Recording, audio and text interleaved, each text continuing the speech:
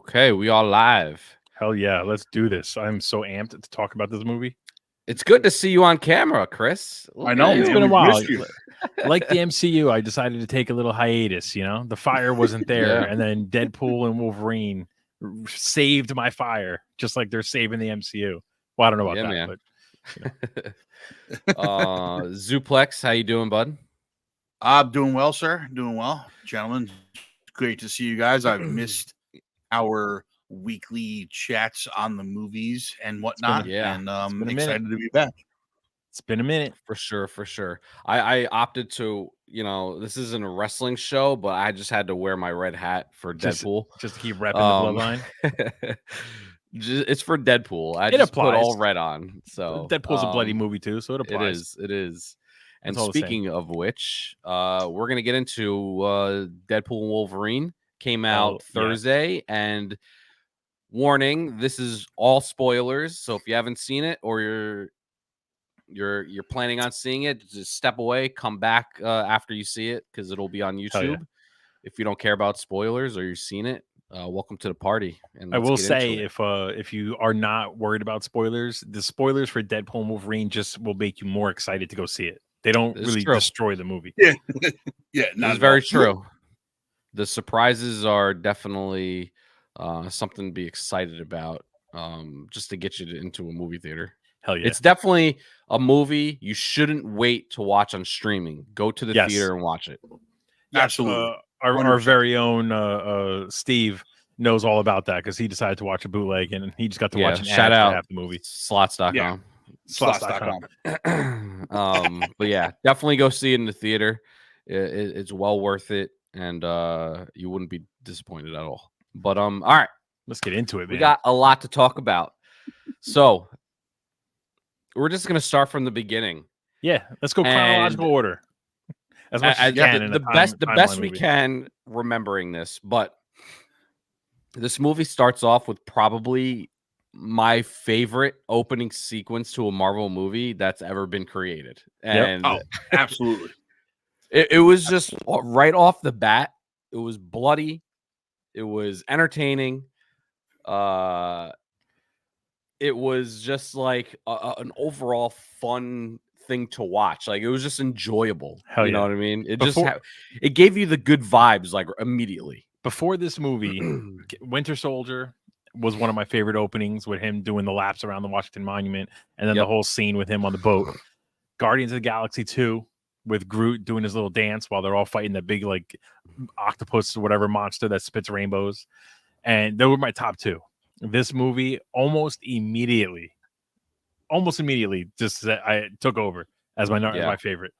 To this day, ever since I left the theater, it Bye is stuck in my head on repeat. Hell yeah. And it will And be. It will forever be just replaying that whole scene. Yep.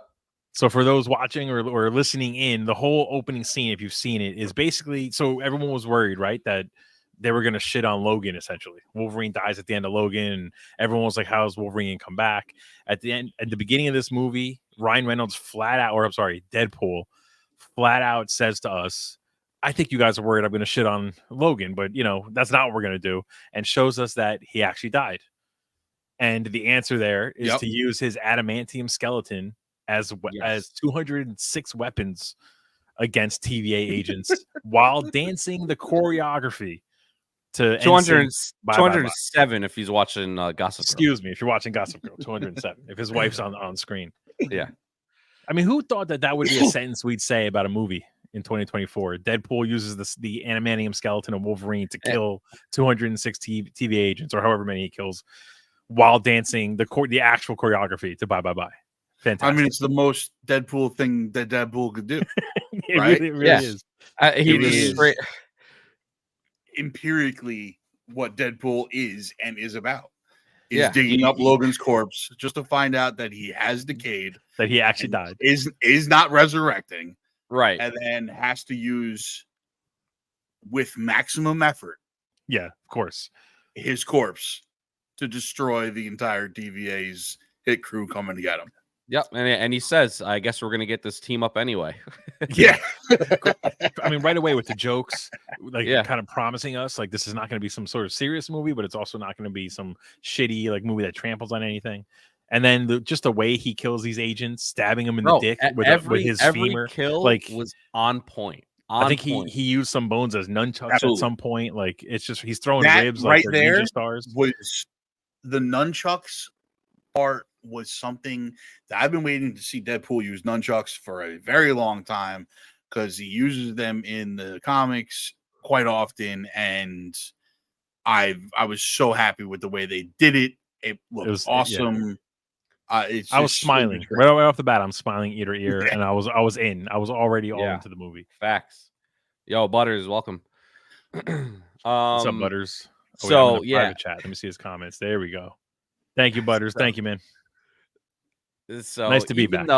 Even though, like he did all this badass, kills and everything, he always has to throw in the comedy. Like he takes the femur bone right to the guy's junk, and then they slow motion him just slowly going down the bone. Yeah.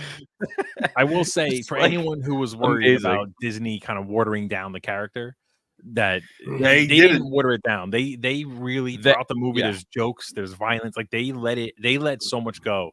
I can't imagine what they had to decline. You know what I mean? With the amount that we got to see. They declined very little because I listened to an interview that they had at Comic-Con, and they literally said they sent like 3 or 4 script changes or additions to the script. And they did it like that because they didn't want to get too far and have Disney, say, "Hey, pull that back." We don't want you to say that joke or whatever. So every portion of the script that they sent to Disney, they heard nothing back. Like that's crazy. Like, green light, just keep going. Good for Disney. I mean, you got to give Disney some credit. Credit to Ryan Reynolds for also fighting for that from the beginning. That's what his vision for this was going to be, and I think I know he's just the actor. He didn't write or whatever on it, but he had some. He did write. I think the Ryan last Reynolds he wrote did write in this one. He co-wrote it. He did write in this one. So at the end of the day, from the moment that he has put that mask on, he has wanted a true to form Deadpool franchise, and he fought like hell to get all of these movies made, and he fought like hell when the Fox merger happened to not let Deadpool die. Yeah. And now we probably have a top movie in the MCU easily from him. Oh, easily. And I will say, not to jump ahead, but I will say, I think the thing that people need to really understand about this movie is that, is it the most serious movie in the MCU? No. Is it the funniest movie in the MCU? I mean, arguably, right? You might like something better than this one. I think it is. Ragnarok's close. It's close, right? But it's in close, the end, this was a fantastic comic book movie, not just for comic book fans, but for fans of the MCU and of just the Marvel movies and for the Fox. Like, if you've been following the movies from when we were younger, were your Daredevil days and all that stuff, this movie was made for you. It's got you in mind 100% as a love letter. Yeah, I was going to say that this movie was a complete love letter to the whole Fox universe. 100%. And if you didn't think you'd love the Fox universe, this movie will 100% prove you wrong. I will put money on it right now. Real quick before we move on from the beginning, I thought it was an excellent choice to make it snowy. This way you could just see the blood splatter that much more vibrant. It stood out, right? It was, it stood out. It was perfect. 100%. I really feel like it outdid itself, right? The last 2 movies, the first 2 Deadpools, I should say, had really solid intros with violence and all that stuff. This one found a way to outdo it in a way that was funnier, more exciting, and it could have just been that it's been a while, but I was just kind of hearing him hum the MCU theme song. To me, was such a big moment for a fan of the character and a fan of the MCU, especially with the quality of the MCU lately. Like, you could just tell immediately this was going to be good. A fan of Deadpool being Fox for so long and all those characters being Fox for so long, just hearing Ryan Reynolds as Deadpool humming the MCU theme is just like, we're here, we made it. We finally made it, We waited long enough. But so that whole beginning fight sequence, he has against the TVA, and he kind of just hits the pause. He, breaks the fourth wall, says, "We're gonna pause here, and we're gonna tell you how we got here," basically. Yeah. And we Which end up is how going back. every other Deadpool movie has That's how the started, first two happened. Yep. Yeah. Yeah. Right. Yeah, which is So great. we kind of I like the consistency.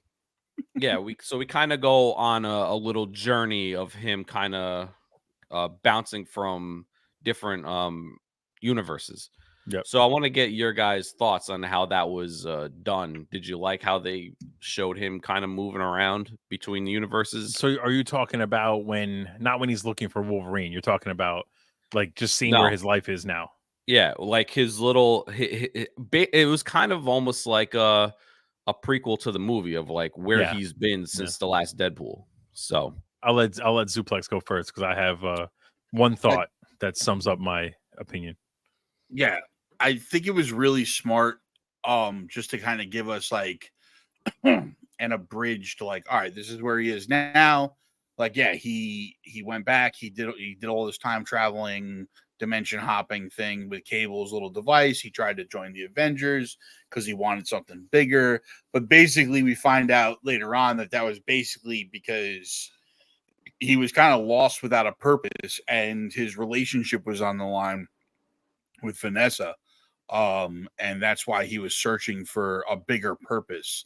The theme of this movie really hit home. As the themes to most of the Deadpool movies have been, they've been a more serious theme layered underneath 10 pounds of dick jokes and blood splatter. You know what I mean? Like, yeah, the theme to this really is like, who is he as a person? Is he really the hero type? Is he really the guy that could save the universe, not just his girlfriend? You know what I mean? Right. And does he matter in the grander scheme of things? And should he matter in the grander scheme of things? the perfect thing to piggyback what you're saying is when he tries to join the Avengers, and we see Happy Hogan in what I assume is Tony Stark's office. Excellent cameo, number one. Yeah, for sure. And like you see all the things that he was packing up from the Avengers Tower. Like there was a lot of just random things around the office. Cap shield from Iron Man 2. Yeah, it's an Easter egg treasure. Iron Man's suit, vault. the briefcase suit that he had. I mean, come on, this is such a cool moment. Interesting little Easter egg in that scene also is that the helmet that the kid is wearing in Iron Man 2 is on there covering the picture of Tom Holland, because if they put the picture of Tom Holland in the movie, that would have counted as one of the Spider-Man appearances for his contract. Yeah. Oh, really? Yep. Oh my God. Yeah. So they did that on purpose. Yeah, they had to cover it. And see, I wonder if they hung the picture up and then Disney was like, they saw the screening and was like, no, you can't have that there. So then digitally they just put that, like Ryan Reynolds or somebody was like, it'd be cool if we take the Iron Man kid helmet or whatever and put it there. Like, I wonder if that was after the fact. I guess it's confirmed that the kid in Iron Man 2 is Peter Parker. Peter Parker. Right. Yeah. Which is so awesome. I think it was on purpose. It was a good little nod, though. Can I just tell you though? One second. Sorry, go ahead. So in that scene, he basically, and this backs up what Carmine's saying. In that scene, Happy says, like, you need the Avengers, but the Avengers are needed by everybody. You know what I'm saying? Like, I'm paraphrasing because I don't remember exactly, but it was basically like, we don't need you. Like, you have to be. Fuck, I can't think of the way it was said. Do you guys remember exactly? I don't remember how he said it. He was saying basically, you need to be an Avenger, but the Avengers are needed by everybody. Right. So you have to be that good. It's essentially the same thing from Spider-Man Homecoming when Tony says to Peter, if you're nothing without the suit, then you don't deserve to have it. It's the same kind of thing. If Deadpool is nothing without the Avengers, then he doesn't deserve to be on the Avengers. You gotta be that guy first, you know? Yep. 100%. And just to put my little cap on this little intro part here where you see his family and all this stuff, it really risked ruining the whole movie for me. And I'll have a picture. I'll show you exactly why. And let's see. Let me share my screen over here. Where's he at? Where's the picture? Damn it. There it is. It's because it is fucking guy. Wait, how come I can't? It's not sharing. Why didn't it share? Am I not allowed to share? Go back to it. You gotta hit add to stage. Yeah. It doesn't give me that option. Fred, do you have to add it? It's because of this guy. Can add it. Now, I like this actor. Yeah. Okay. I like this. Oh, it's because I'm not logged in. That's why. I like the actor, but he ruined Mortal Kombat and he was a nobody character in Deadpool 2. There was no reason for him to be here. Why would he be here? I mean, everyone else made sense, right? Peter made sense. Blind Owl made sense. Everyone else made sense. Don't you remember why he's there, though? Because he's just better than everyone else. Exactly. That doesn't make. Where's Domino? You know what I mean? Like she would make more sense. Domino, I do agree. Domino should have been in this movie. She should have been there. And she should have had a little. Listen, it would have been cool to see Cable, but I'm sure Josh Brolin was kind of like, dude, I don't need to come back for that. Like, you know. But anyway, so I'm just joking, Louis Tan. If you ever, on the rare chance you see this, I love you. I love your character. But yeah. Otherwise, it's a good setup. Right, and to me, it did enough that the emotional core in those moments carried the rest of the movie without having to see those people again. We didn't have to cut back to them or like that. Besides Blind Owl, I think we cut back to Vanessa once, Blind Owl once, maybe, yeah, and that was fine. It was enough, and I think this is where the MCU doesn't get enough credit. They did it with the Hulk. Where when they did their own version of the Hulk, they didn't give us the backstory because they already knew we know who the Hulk is. They didn't give us the origin story of Spider-Man. In this case, they know that we're aware of Deadpool, of his girlfriend, of his friends. We have that whole backstory. We don't need another kind of real quick rehash. Just get him in there, throw some jokes, and that establishes it. So it was more of a scene to let us know where he is now rather than where he started, because like you said, like we already know where he came from, we know his backstory, we know what he went through, and what has he been doing in the time period between the last movie and now, and where is his psyche now for this movie. And it would have been a major mistake if they declared this as Deadpool 1 for the MCU and they just soft rebooted it. It would have been a stupid move. The fact that they kept the Fox legacy of the character and just moved on with it, I think was the right choice. So then while he's at that party, right, we get the TVA scene from the trailer, which, if you thought in the Red Band trailer, right, he says, what are those pegging sticks or whatever he says? He goes, I got news for you. Pegging's not new to me. And then he looks at the camera and says it is for Disney. If you thought that was as far as it goes, it's not. It's not. Further. I was dying. He goes, you're gonna have to put it in me hard, and we're gonna have an angry amount of eye contact. Yeah. I mean, that was just like the greatest joke ever. Let's go up the hall, clean up on aisle C7 or whatever. Angry, and that's when I knew eye contact is the best. And that's just what such a fantastic riff. Yeah. And that's what I knew right there, that we are 100% in. Yes. They are not shying away from any jokes. This, because like the opening, whatever, it was a couple of dick jokes in the opening, with the fight scene and everything like that. But that, when he gets to the pegging part and he's graphically talking about it, I'm like, all right, Disney was on board. They're letting him do whatever he wants. We are good to go. This is going to be a ride now. So good. So TVA basically brings him to the TVA. And we kind of meet our first, I don't want to call him the big bad, but he's kind of like the first one to kind of get the negative energy going for the movies. Yeah, he's the B villain. He's the B villain. Yeah. So his character's name was Paradox, if I'm not mistaken. Mr. Paradox is what they called him throughout the movie. Yeah. So he seems to just be like a rogue agent of the TVA. He has his own department, like Black Ops TVA, and he's just doing things off the books right now. And he's trying to recruit Deadpool to accept his world of his timeline dying. Yeah. He's trying to convince him, like, hey, it's necessary for your timeline to die. But you're special. Not in 1,000 or 2,000 years that it's going to take for it to die, because it's slowly dying. And we'll get to the why in a second. But if you help me do it immediately, and we prune this whole timeline, then I'll get you to be an Avenger. And he was basically like, this little thing here, this little carrot that you want, we're going to give it to you if you help me. And And he has like a funny scene with one of the, I guess, the analysts in the desk. he's like, this guy's giving me like fuck me eyes or something. Like, I love though that by the end of the scene, the guy is actually giving him fuck me eyes. He's he is 100%. I think with the paradox thing, or Steve, thank you. Thanks, Steve. With the paradox thing, also, I think that leads us into,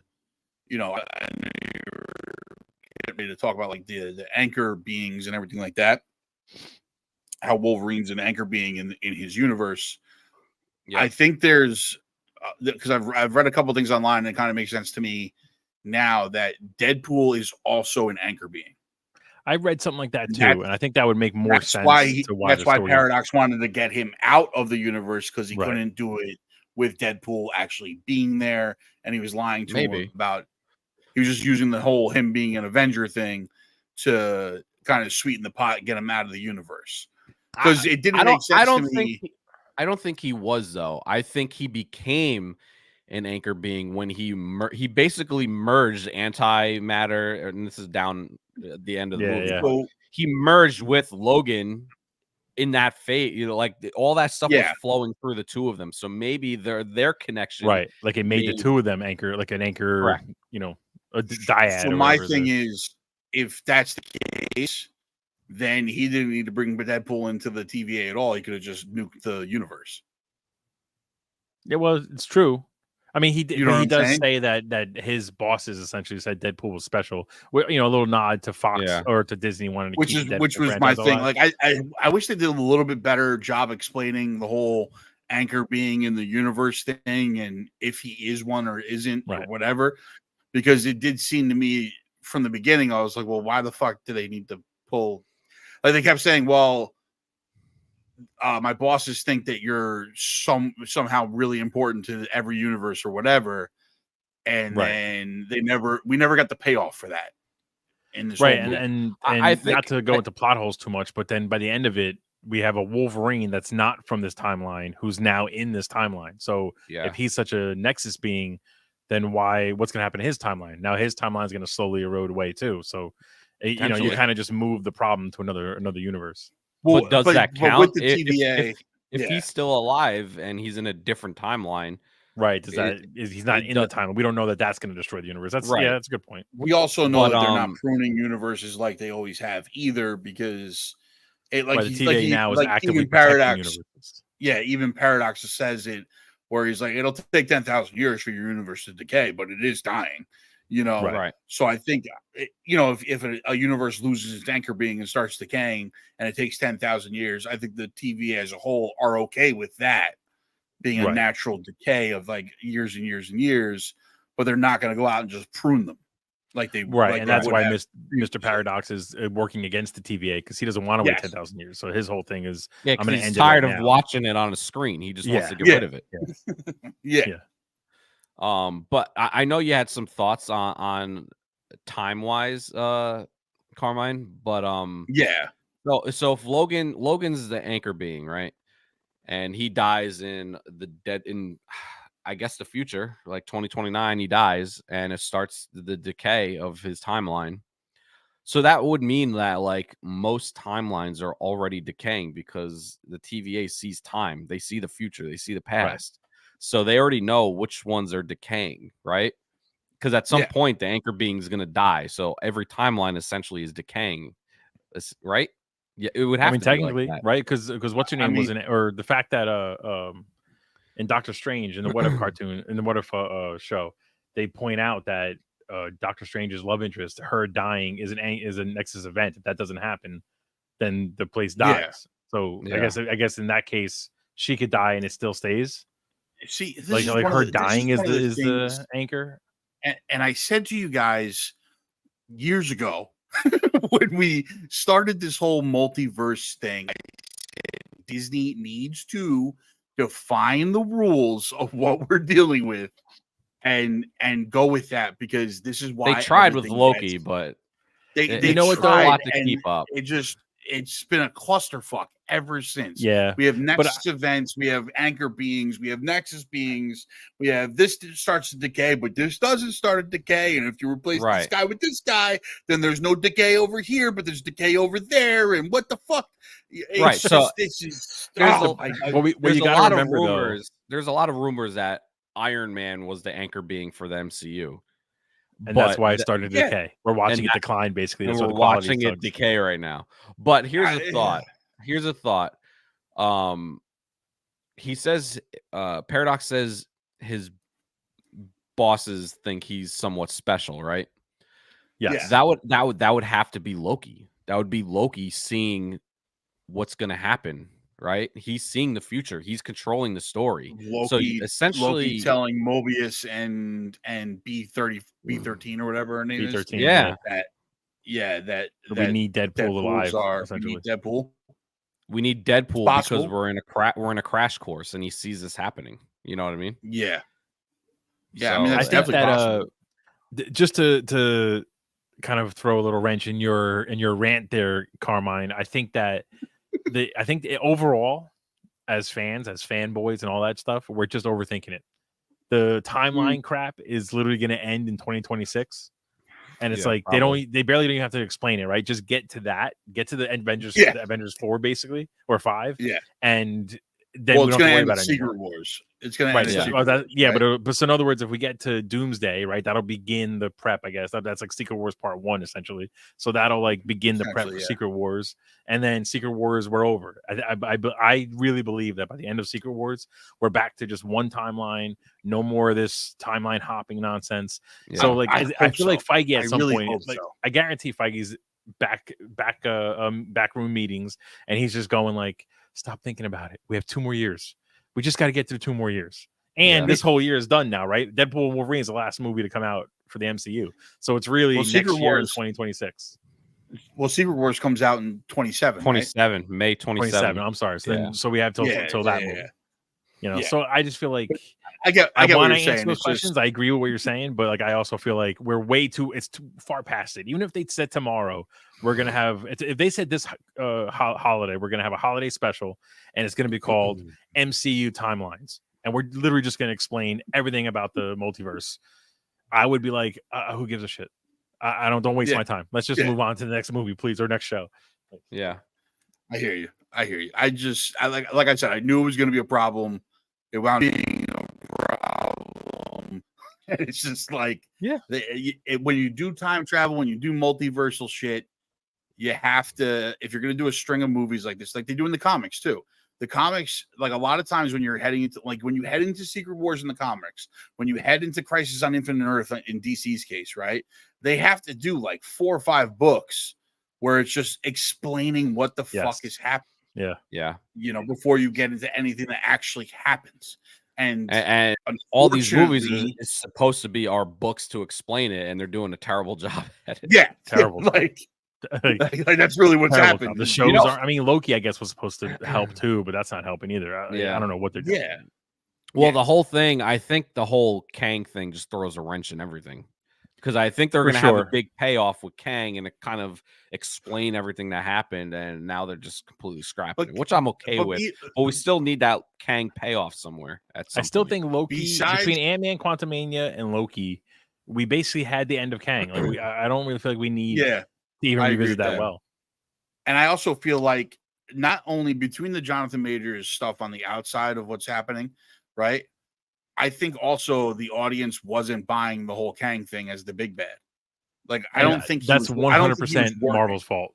That's 100% Marvel's fault, and it's strictly because they had the next big bad lose multiple battles. You can't say this guy is going to be better than Thanos, who arguably didn't lose. He won. He did exactly what he wanted to do. Yeah. You know what I mean? And it took everything for them to undo it. Yeah. And now you're like, this guy's a new guy. Oh, but he's going to lose to Ant-Man of all people. Right. Like, come on. And so it's part of the reason why Kang's a terrible idea to bring in, because the whole idea of Kang is that Kang never loses because Kang is infinite and there's another version that comes back, right? So, but you also see him lose all the fucking time. Like even in the comics, he loses all the fucking time, and he just shows up again. He's like, "Well, that was a different Kang." I still think that he could have been good if they had him appear in basically every single movie as a different character, right? A different variant. But if they just had Jonathan Majors show up and do not even like a major part, but just like a small part in every movie, just to kind of tell us like he's not gone just because he lost. We still got to deal with him. Maybe it would have landed more, but the way they did it was garbage. But anyway, back to Deadpool and Wolverine. Let's keep going. I just want to go on a little side thing. Go for real quick. It applies to Deadpool, but so Carmine, this is more for you. Go through your comic Rolodex for a second. So Crisis on Infinite Earths has Monitor and Anti-Monitor. And Anti-Monitor, huh? Yes. So the purpose of Crisis is they're basically they're erasing every Earth, right? They're just trying to get rid of all these Earths to have, a singular or none of them potentially, right? And what I thought was interesting was in Deadpool, it was Cassandra Nova using matter and antimatter to essentially do the same thing and just erase every timeline, every Earth, everything, and just have the void left over under her control. So I thought that was like an interesting parallel with the two companies and how they attack, the multiverse collision. Yeah, I mean, like there's also in Crisis, you find out that the Monitor is made up of matter and the Anti-Monitor is made up of antimatter. So it's kind of like, I think they used a little DC side hustle into there a little bit, and kind of because that was the first thing I as soon as they said antimatter and matter and destroying the world. I thought the same thing right away. This is Crisis. I will say, I thought the same thing right away. I was like, stealing the idea from Crisis. Doing DC before DC could do DC. That's fucking awesome. Right. Exactly. Just thinking about the way where the MCU is going, especially with the announcements from San Diego Comic-Con, my one gripe that stands out to me is that the sequel to Doctor Strange and the Multiverse of Madness that literally ended with an incursion happening and him having to go stop the incursion, like that's kind of an important step to Secret Wars. Yes. Yeah, like because it seems like they're not going to do that now, and yet we're going to have to now explain to people what an incursion really is, what it looks like, what it feels like in the same movie. So are we not getting an incursion in Doctor Strange? They showed us, but they didn't make it clear. Like I know what you're talking about, but they didn't make it clear that that's what happens with an incursion. It was just a dead universe essentially. So are we not going to get a Doctor Strange 3? Or... No, I think we are. But my concern is that we're going to hit Secret Wars, and that's going to end the multiverse stuff. And then all of a sudden, Doctor Strange 3 is going to come, and now we have to go back to the incursion. That's what I mean. We're not getting it before Secret Wars. No, I think Doctor as Strange far as not right now before Secret Wars. Yeah, it's almost done. They were supposed to announce that at Hall H this year. And did they say? I'm looking it up because I didn't see that. Originally, the slate for Hall H was Doctor Strange 3, Captain America. They pulled Doctor Strange 3 off, but I'm pretty sure it's being filmed. Oh, yeah, they are saying. So it is supposed to arrive before Avengers 5, May of 2026. Yeah. Is what it's saying. So it's basically the same year. May of 2026 is Doomsday. See, so then they switched up the maybe they'll do Doomsday first, then Doctor Strange 3, and then Secret Wars.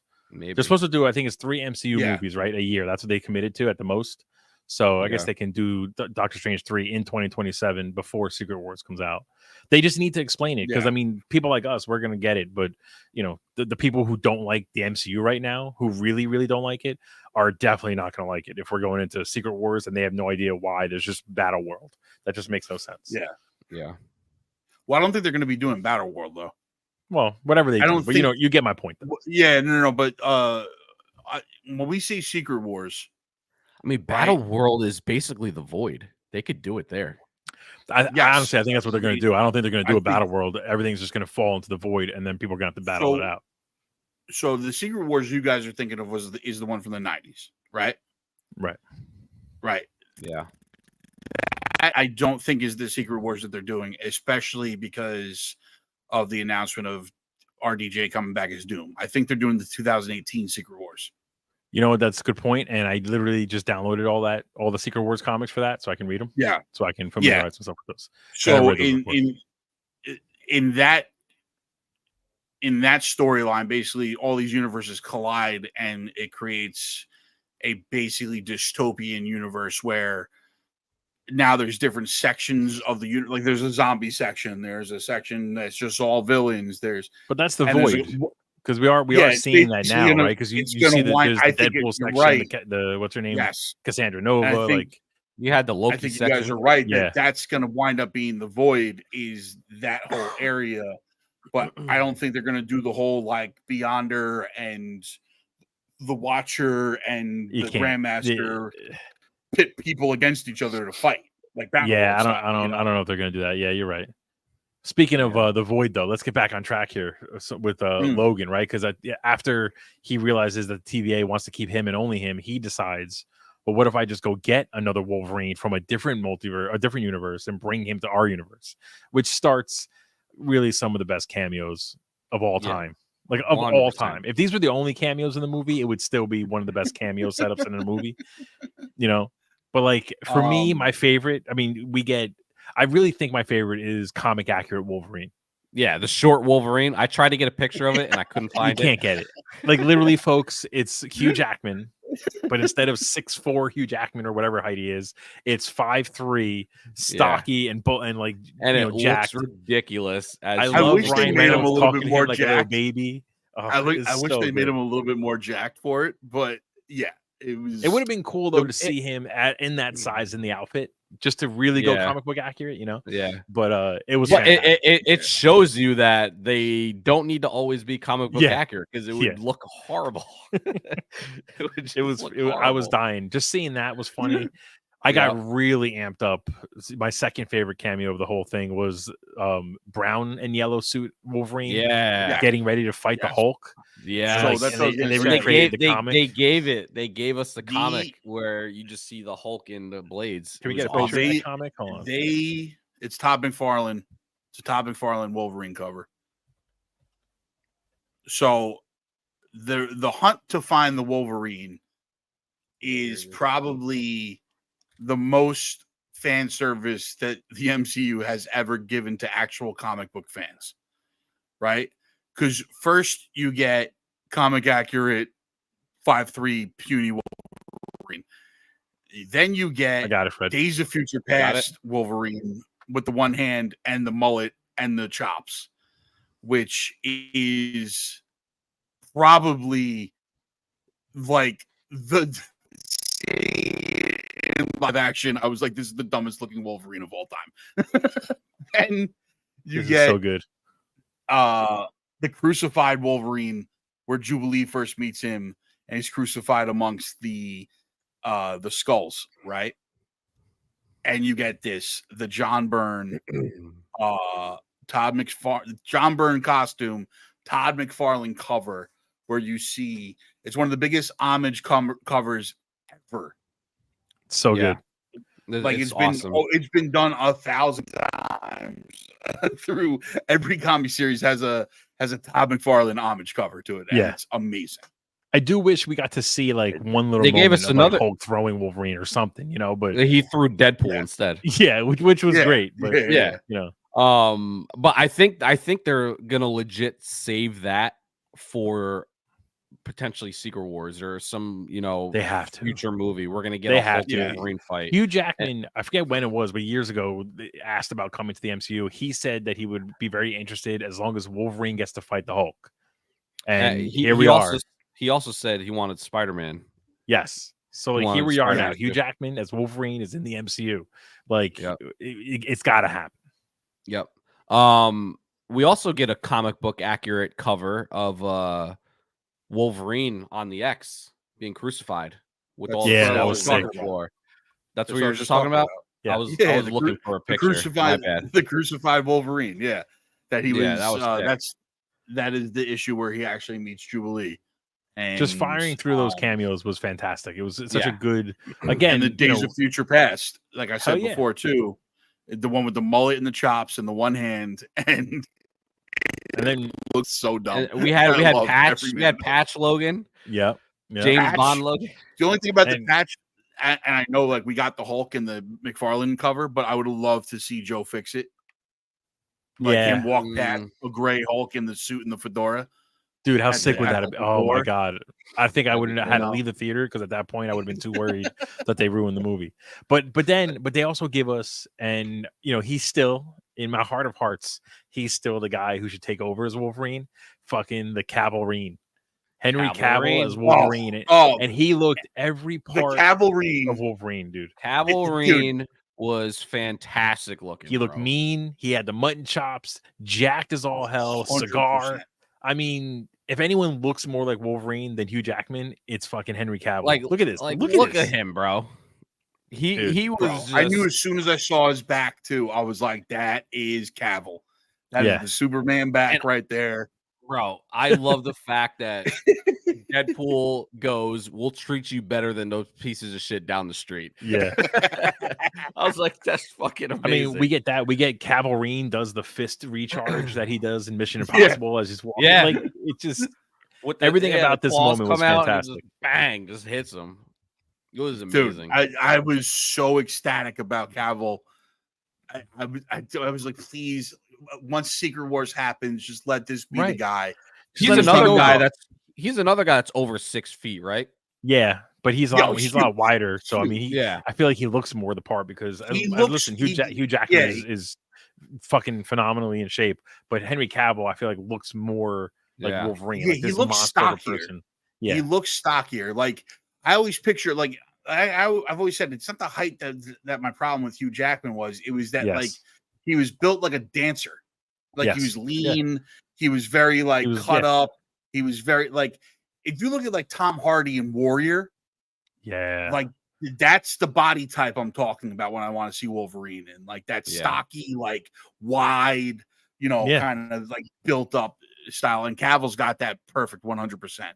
Also, shout out, we got Old Man Logan with the hat, and he fires a shotgun into Deadpool as soon as he comes up. Yeah, he's hiding underneath the blanket. And if you don't know anything about Old Man Logan, it's the best goddamn Wolverine comic ever written. So they just did a great job giving us all these different Wolverines cameos, and it was just like all these other multiverse movies that we're getting. Like why is the Sony multiverse movie one of the best of the thing, and then the Fox multiverse movie is the other best? But Disney's the one that's going all in, and they can't seem to make a good multiverse they can't movie. Figure it out. Like Multiverse of Madness was not it, and that was your multiverse movie. That should have been the one that was on par with this and No Way Home. Yep. 100%. I mean, No Way Home was pretty good. No Way Home was a good multiverse movie, though. It was fantastic. No, that's what we're saying. No Way Home and Deadpool and Wolverine were the two multiverse movies that actually hammered home and hit the concept on the head. Whereas, so Disney was able to knock it out but that's Sony and that's Fox. Okay, that's Sony and Fox. I mean, Disney's No Way Home. Disney's full movie. Disney's full multiverse movie was Doctor Strange and Multiverse of Madness, and they gave us a couple of fun cameos, but that wasn't the multiverse movie we wanted. I mean, Disney made this one too, though. Like I got to give Disney credit for this one. I get, but they did technically, but this is a through and through Fox movie. But did they though? Because like Fred said before, Ryan Reynolds and Sean Levy sent the script over and over again. Like they basically, Disney said to them, "Make the movie you want to make," and Disney kind of backed out of it. Right? You know what I mean? Hear you. I mean, I'll give them credit on No Way Home because I think they were a little bit more kind of on top of that one. But I don't know. But anyway, they definitely made No Way Home. Sony didn't make that. They used zero. You cannot tell me the same company that made Morbius made No Way Home characters. That's true. That's Morbius is fucking horrendous. Yeah. You can't tell me the same company that made Madam Web made No Way Home. Get the fuck out of here. Disney made No Way Home. I still haven't even watched Madam Web. I don't want to get into it. That's a whole different topic.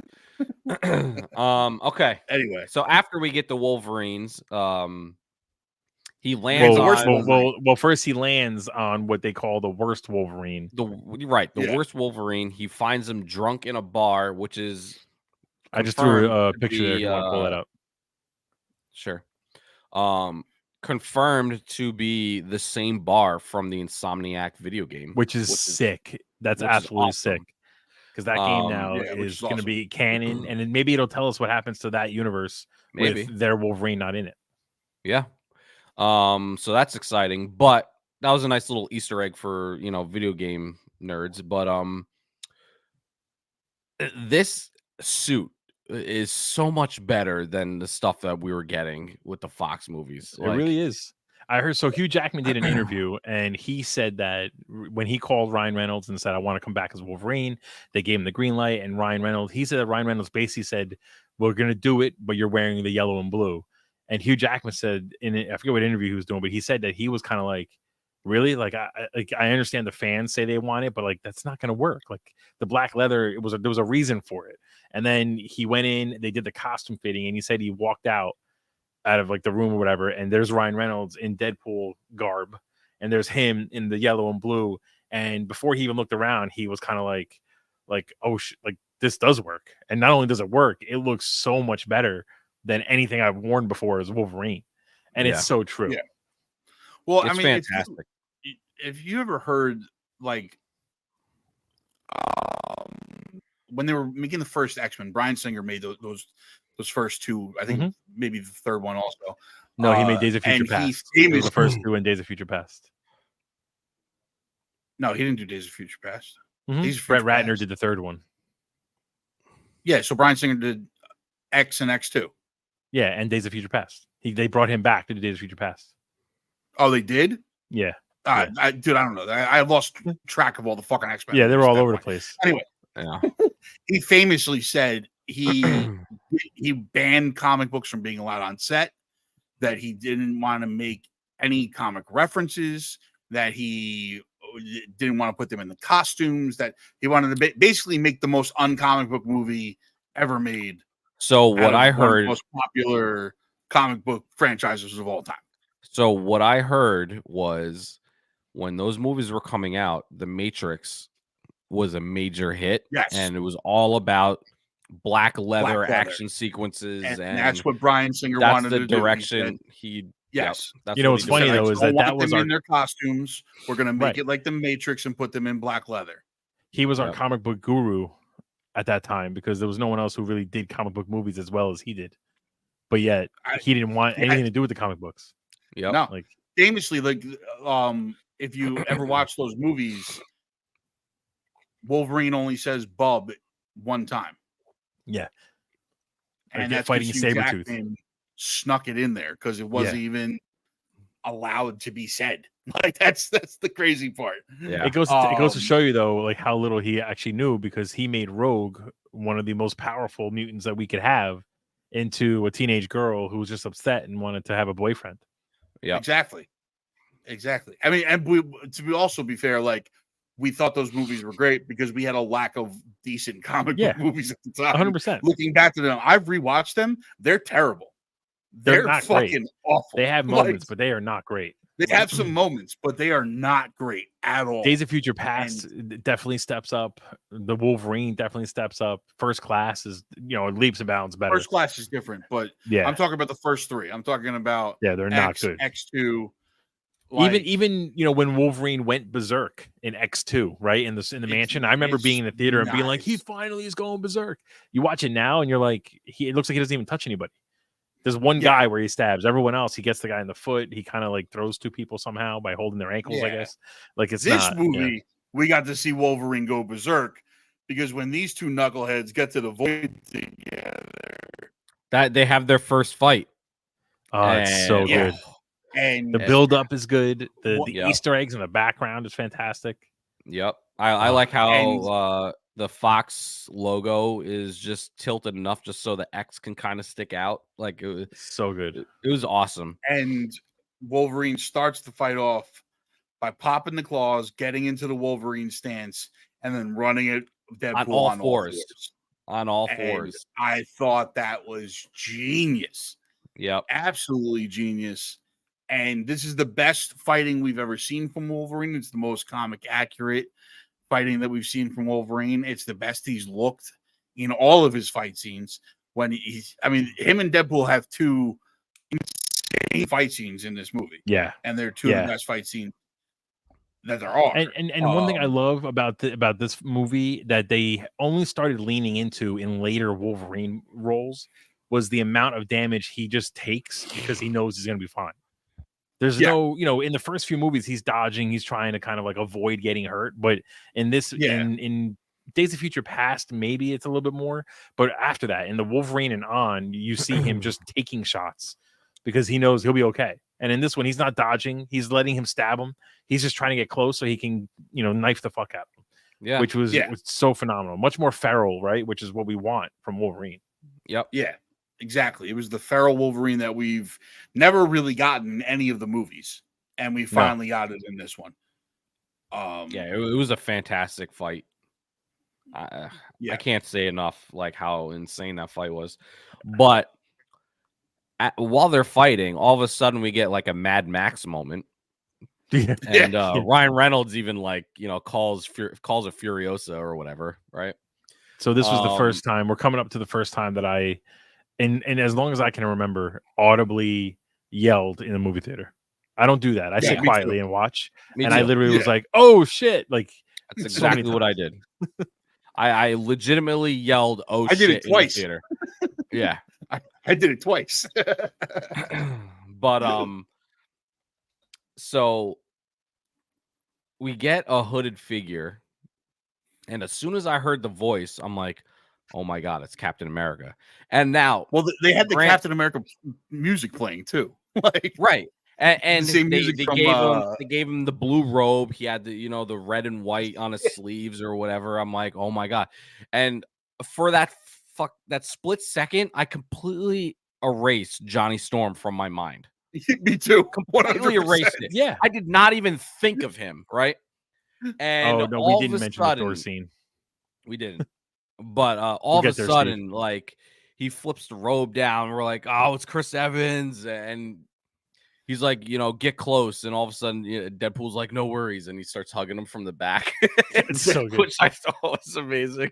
I just love it. Doesn't Deadpool say at one point, he's like, oh, he's going to call the hammer or the shield. I can't wait. Like, he gets all excited. Yeah. And then he yells, he goes, flame he's on. going to do it. He's going to do it. Avengers. Like, he's waiting for him to yell Avengers Assemble. Yeah. And he just goes, flame on. And I fucking lost it in the theater. I was like, holy shit. I was like a little kid. It was insane. Again, to be fair, Chris Evans as Johnny Storm was one of the more entertaining parts of those Fantastic better Four part, movies. But he's the best part of those movies. The best part. But never in a million years, never did I think I would see him playing Johnny Storm from Fantastic Four again. Like such a surprise. So and one of the things where such a good left turn, it gets you more excited. 100%. Yeah. It was such a good left turn. But it also makes sense, right? We're talking about a Fox Universe movie. Yes. Why would it be anyone else but Johnny Storm? Right. And it's something that we've all predicted in our talks when this whole merger thing happened. We stalked Secret Wars coming. We're like, all right, cool. Yeah. He's done with Captain America, but in Secret Wars, we can see him as Johnny Storm potentially, and I remember we having this conversation. I will say what pissed me off though. It was insane. What pissed me off so much, again, almost ruined the whole movie for me. My man Ray Park, Darth Maul himself, comes back to play Toad. For anyone who doesn't know, he played Toad in the original X-Men movie. He did play Toad. He had one line in the original X-Men movie. He says, "Stop screwing around to Sabretooth." Okay, I was like, "This is it. This is his moment. He can come back. He can talk some shit. He can show us how good of a fighter Toad is." And he doesn't get a single word in this entire movie. He sticks his tongue out. He captures Wolverine and Deadpool. Okay, I guess I'll give him that. But he doesn't get to say anything. Come on, man. Yeah. Why bring Ray Park back? Also, they brought back Tyler Mane as Sabretooth.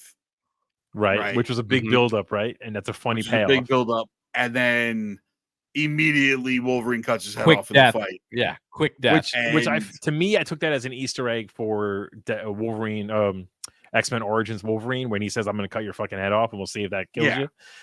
So he cuts his head off, and it was done.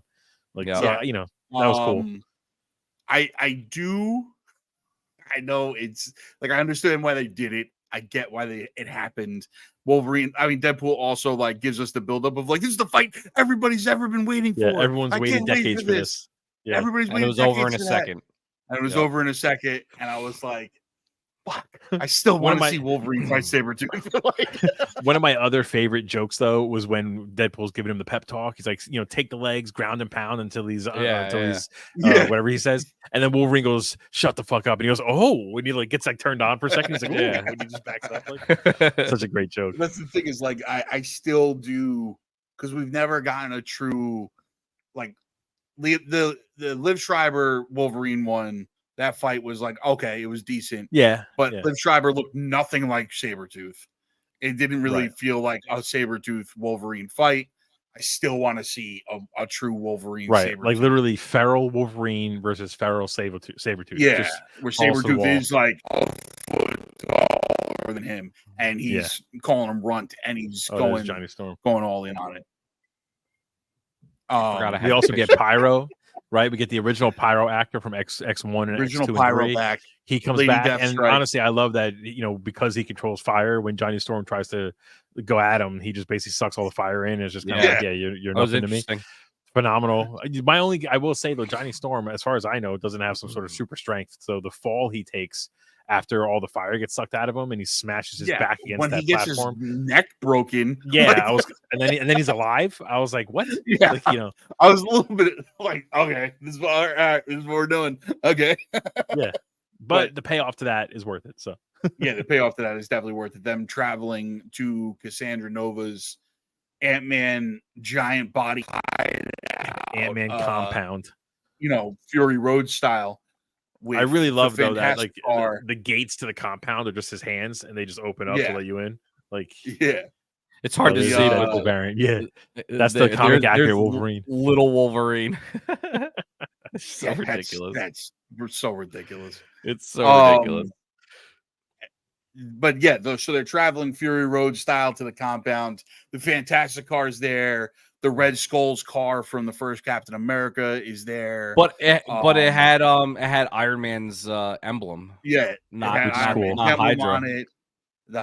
So there was a lot of different Easter eggs and vehicles in that, such a dope scene of them going to the giant Ant-Man, the hands opening up, and then it going into the head, and then the head opening up, and we get our first look of Cassandra Nova. I gotta say, probably a top 7 MCU villain at this point.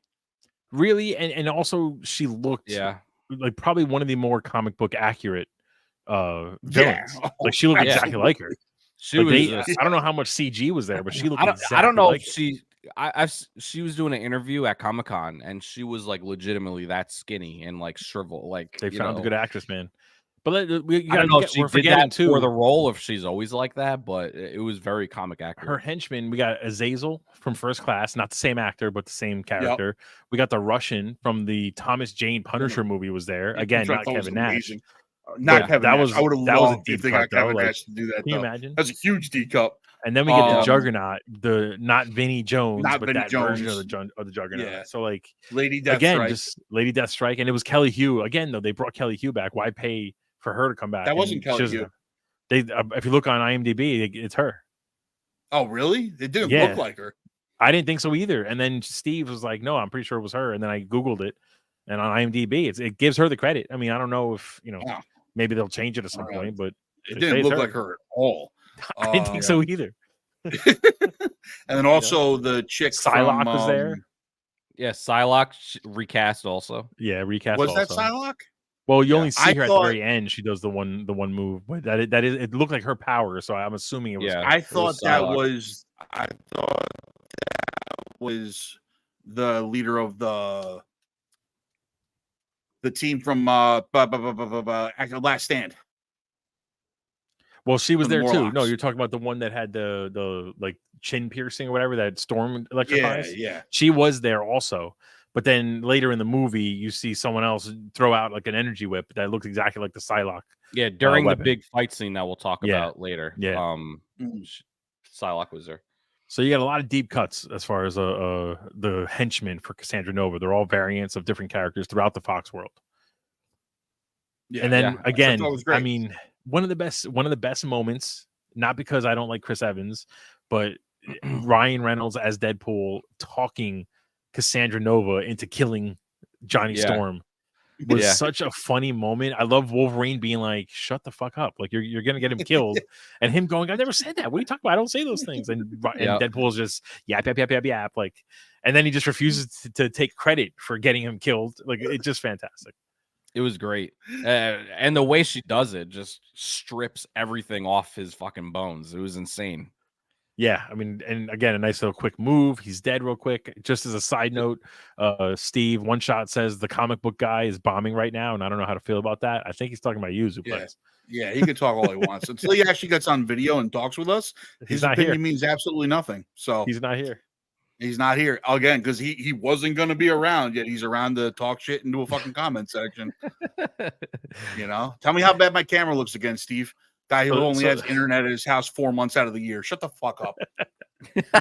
Wow. Okay, back on track. All right, Deadpool Wolverine. Next scene. Scythe. Next scene was basically Goliath comes. We get Goliath from Loki. Yeah, so, he comes to swallow Wolverine and Deadpool.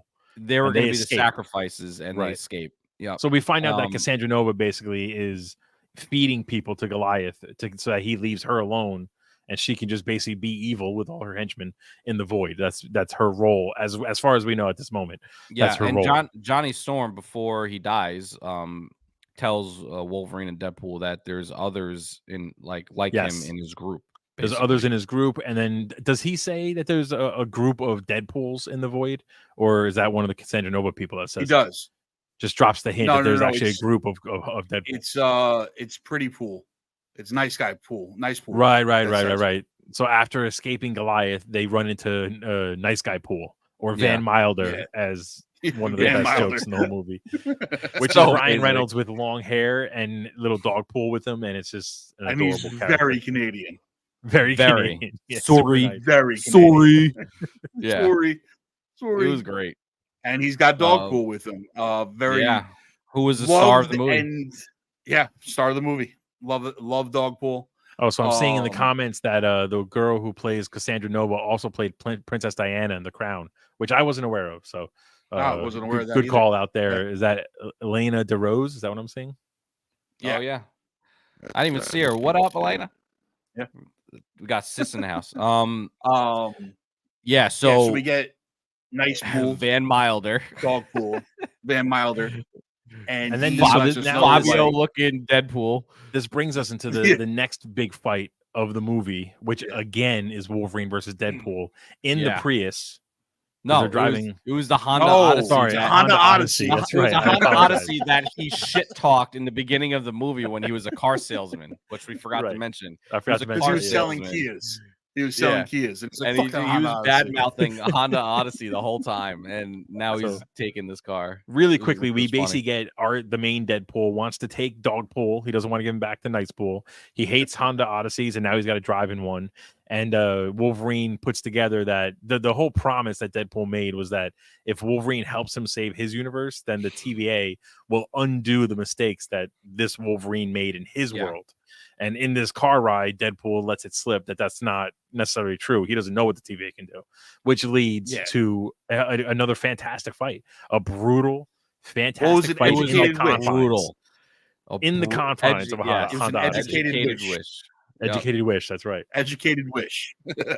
What a brutal fight. And yes, you're right.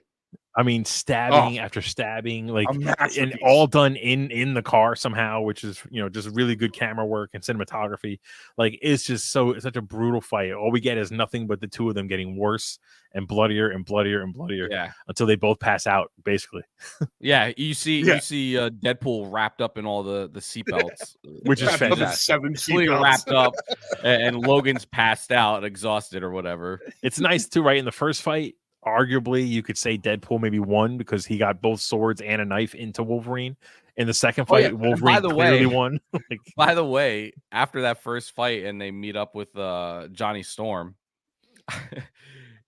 you just see Wolverine standing there, and he just has the two swords sticking out of him. And when Deadpool's like, "Oh my God, it's Captain America," and he smacks the sword. I forgot about that. Yeah, such a quick moment too. He gets all excited. Like, bing. But again, I love that Wolverine just like he like takes it. He doesn't say anything about it. It's just he just goes, like he just groans a little bit. It was great. But yeah, so they're passed out in this van after this epic battle, and all of a sudden somebody starts driving them away, and they have no idea who it is. Right, the mystery person brings them to the mystery hideout on Odyssey we've ever seen. There's not a single piece of glass left on this thing. It's blood everywhere. Blood everywhere. Yep. And this just leads to the fan service upon fan service. This is like the crowning moment. It leads to the multiversal madness that we wanted, right? The real shit. We get Elektra. We find out Elektra, right, is the one who drove them, who grabbed them and drove them. Deadpool is like he hears somebody coming and he kind of like backs against. No, X-23 is the one that drove him out. Right. Sorry, Elektra is the first one who walks in, but X-23 is one. So Deadpool's against the wall and he goes to strike whoever's coming into the hideout, and it's Elektra. He blocks it with her sai. And I was like, oh God, it's Jennifer Garner of all people. Which is, it's crazy because her movie was horrendous and her character in the Deadpool movie wasn't anything special. And yet I was still excited. Yeah, 100%. It was just like a nice payoff. I was lukewarm excited for Elektra. I was like, I really was hoping that Ben Affleck came out as a Daredevil. I will say that. I was hoping that that led to Daredevil coming, but to get Elektra was cool. And then in follows, and this was the first, so there was a lot of rumors, right, that Elektra was going to be in this movie. The next two people who walk into this room, I do not know how this never leaked. Nothing ever came out. There was no hint of this. I didn't hear any of this. Yeah, one leaked. Was it Wesley Snipes? Yeah. No. Wesley Snipes' Blade comes back. No, I saw leaks about Channing Tatum a long time. Oh, I didn't see that. I was able to somehow avoid leaks for both of them. I had no idea. I saw the Wesley Snipes thing because I think Wesley Snipes made a mistake and mentioned it somewhere. Oh, did he? Oh, yeah. You know what? I think he did do it. It was a while ago, but I think he did make a comment like, oh, yeah, well, I'm going to I was more surprised about the Wesley Snipes walking in his Blade than I was of anything else in this movie. It was a great moment. I mean, it was a great moment. The music changed, the tone of the music changed, and all of a sudden you just see him walking in. I was slow motion. Oh my God. And like he's still as cool as he was. Gray streak in his hair. Right. The little white little patch. Little patch in his beard. I was he still has that effort, that effortless, like cool as Blade. Like it was fucking amazing when he walked in. And then for me, the second time that I literally out loud was like, holy shit, was we see the card, my boy, flick in, my fucking boy. I know Fred and I got excited. Gambit's here. And I'm thinking, as soon as I see the card coming in, I'm like, ah!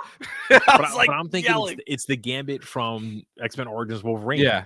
And then all of a sudden it's Channing Tatum. I wish it was. Which, like, I don't care what you say, dude. I was so happy. Look, for anyone who doesn't know, Channing Tatum was trying to get his own Gambit movie made, similar to Ryan Reynolds. Thank God it never happened. For years. He was close. He was signed on to do it. Disney bought Fox. Movie's dead. And then here we are with Gambit, and they went all out. Full-blown, comic-accurate costume.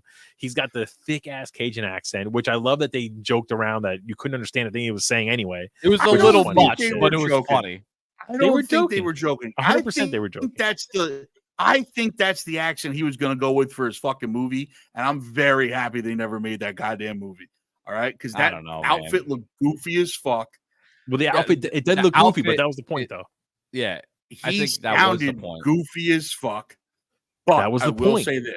I will say this. When I don't know what Zeus talking about, Steve. I don't know, Steve. When he got to fighting, he looked fucking incredible in the fight scene. The one thing I don't like, though, we're gonna get to the fight scene in a minute, but he looked incredible in the fight scene. I will give credit where credit is due. He looked goofy as fuck, though. One complaint, though, I did notice. I don't know if you guys noticed this, but just really quickly speaking about the fight scenes, I feel like they gave Gambit more of a hero moment where you saw him really fighting.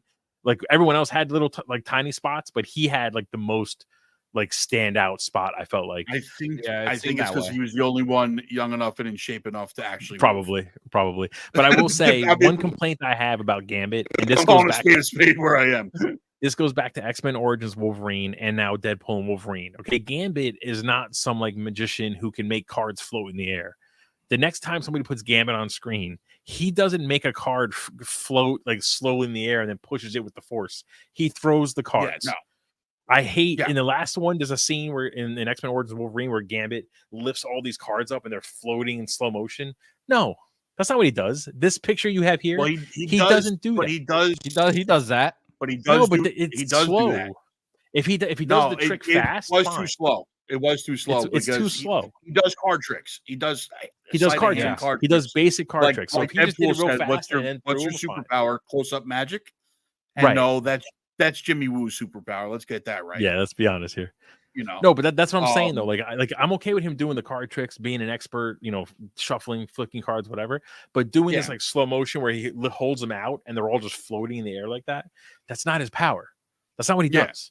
He throws the cards. He carries a deck of cards because it's 52 little projectiles, little bombs that he can fucking throw quickly, and they don't take up a lot of space. Because Gambit fills things with kinetic energy. Right. But I was so happy that Channing Tatum shows up. I like the jokes.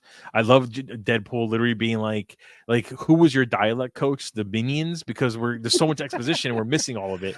Like some of the best jokes for sure. It was awesome. I'm one of the biggest Gambit fans. He's my favorite X-Men, and just the fact that we got an actual Gambit in live action, that actually felt like they gave him a good moment to have. Like the one from Wolverine Origins, he had like this little fight in the alley and got his ass beat for the most part. And they really screwed that up though. He jumps off the building and he's spinning the pole like a helicopter. It was like, come on, bro. It was so stupid. But the way they portrayed him, and it's credit to Channing, I guess. It was just awesome. It was him great. Just like when he was doing was amazing. When he was doing like the leg sweeps and he was putting the cards on everybody, and all of a sudden he just like ignites them all. I was like, oh, this is fucking beautiful. It was beautiful. But yeah, we also get X-23, Daphne Keene, all grown up. She comes in, she realizes that's not her Logan. Right.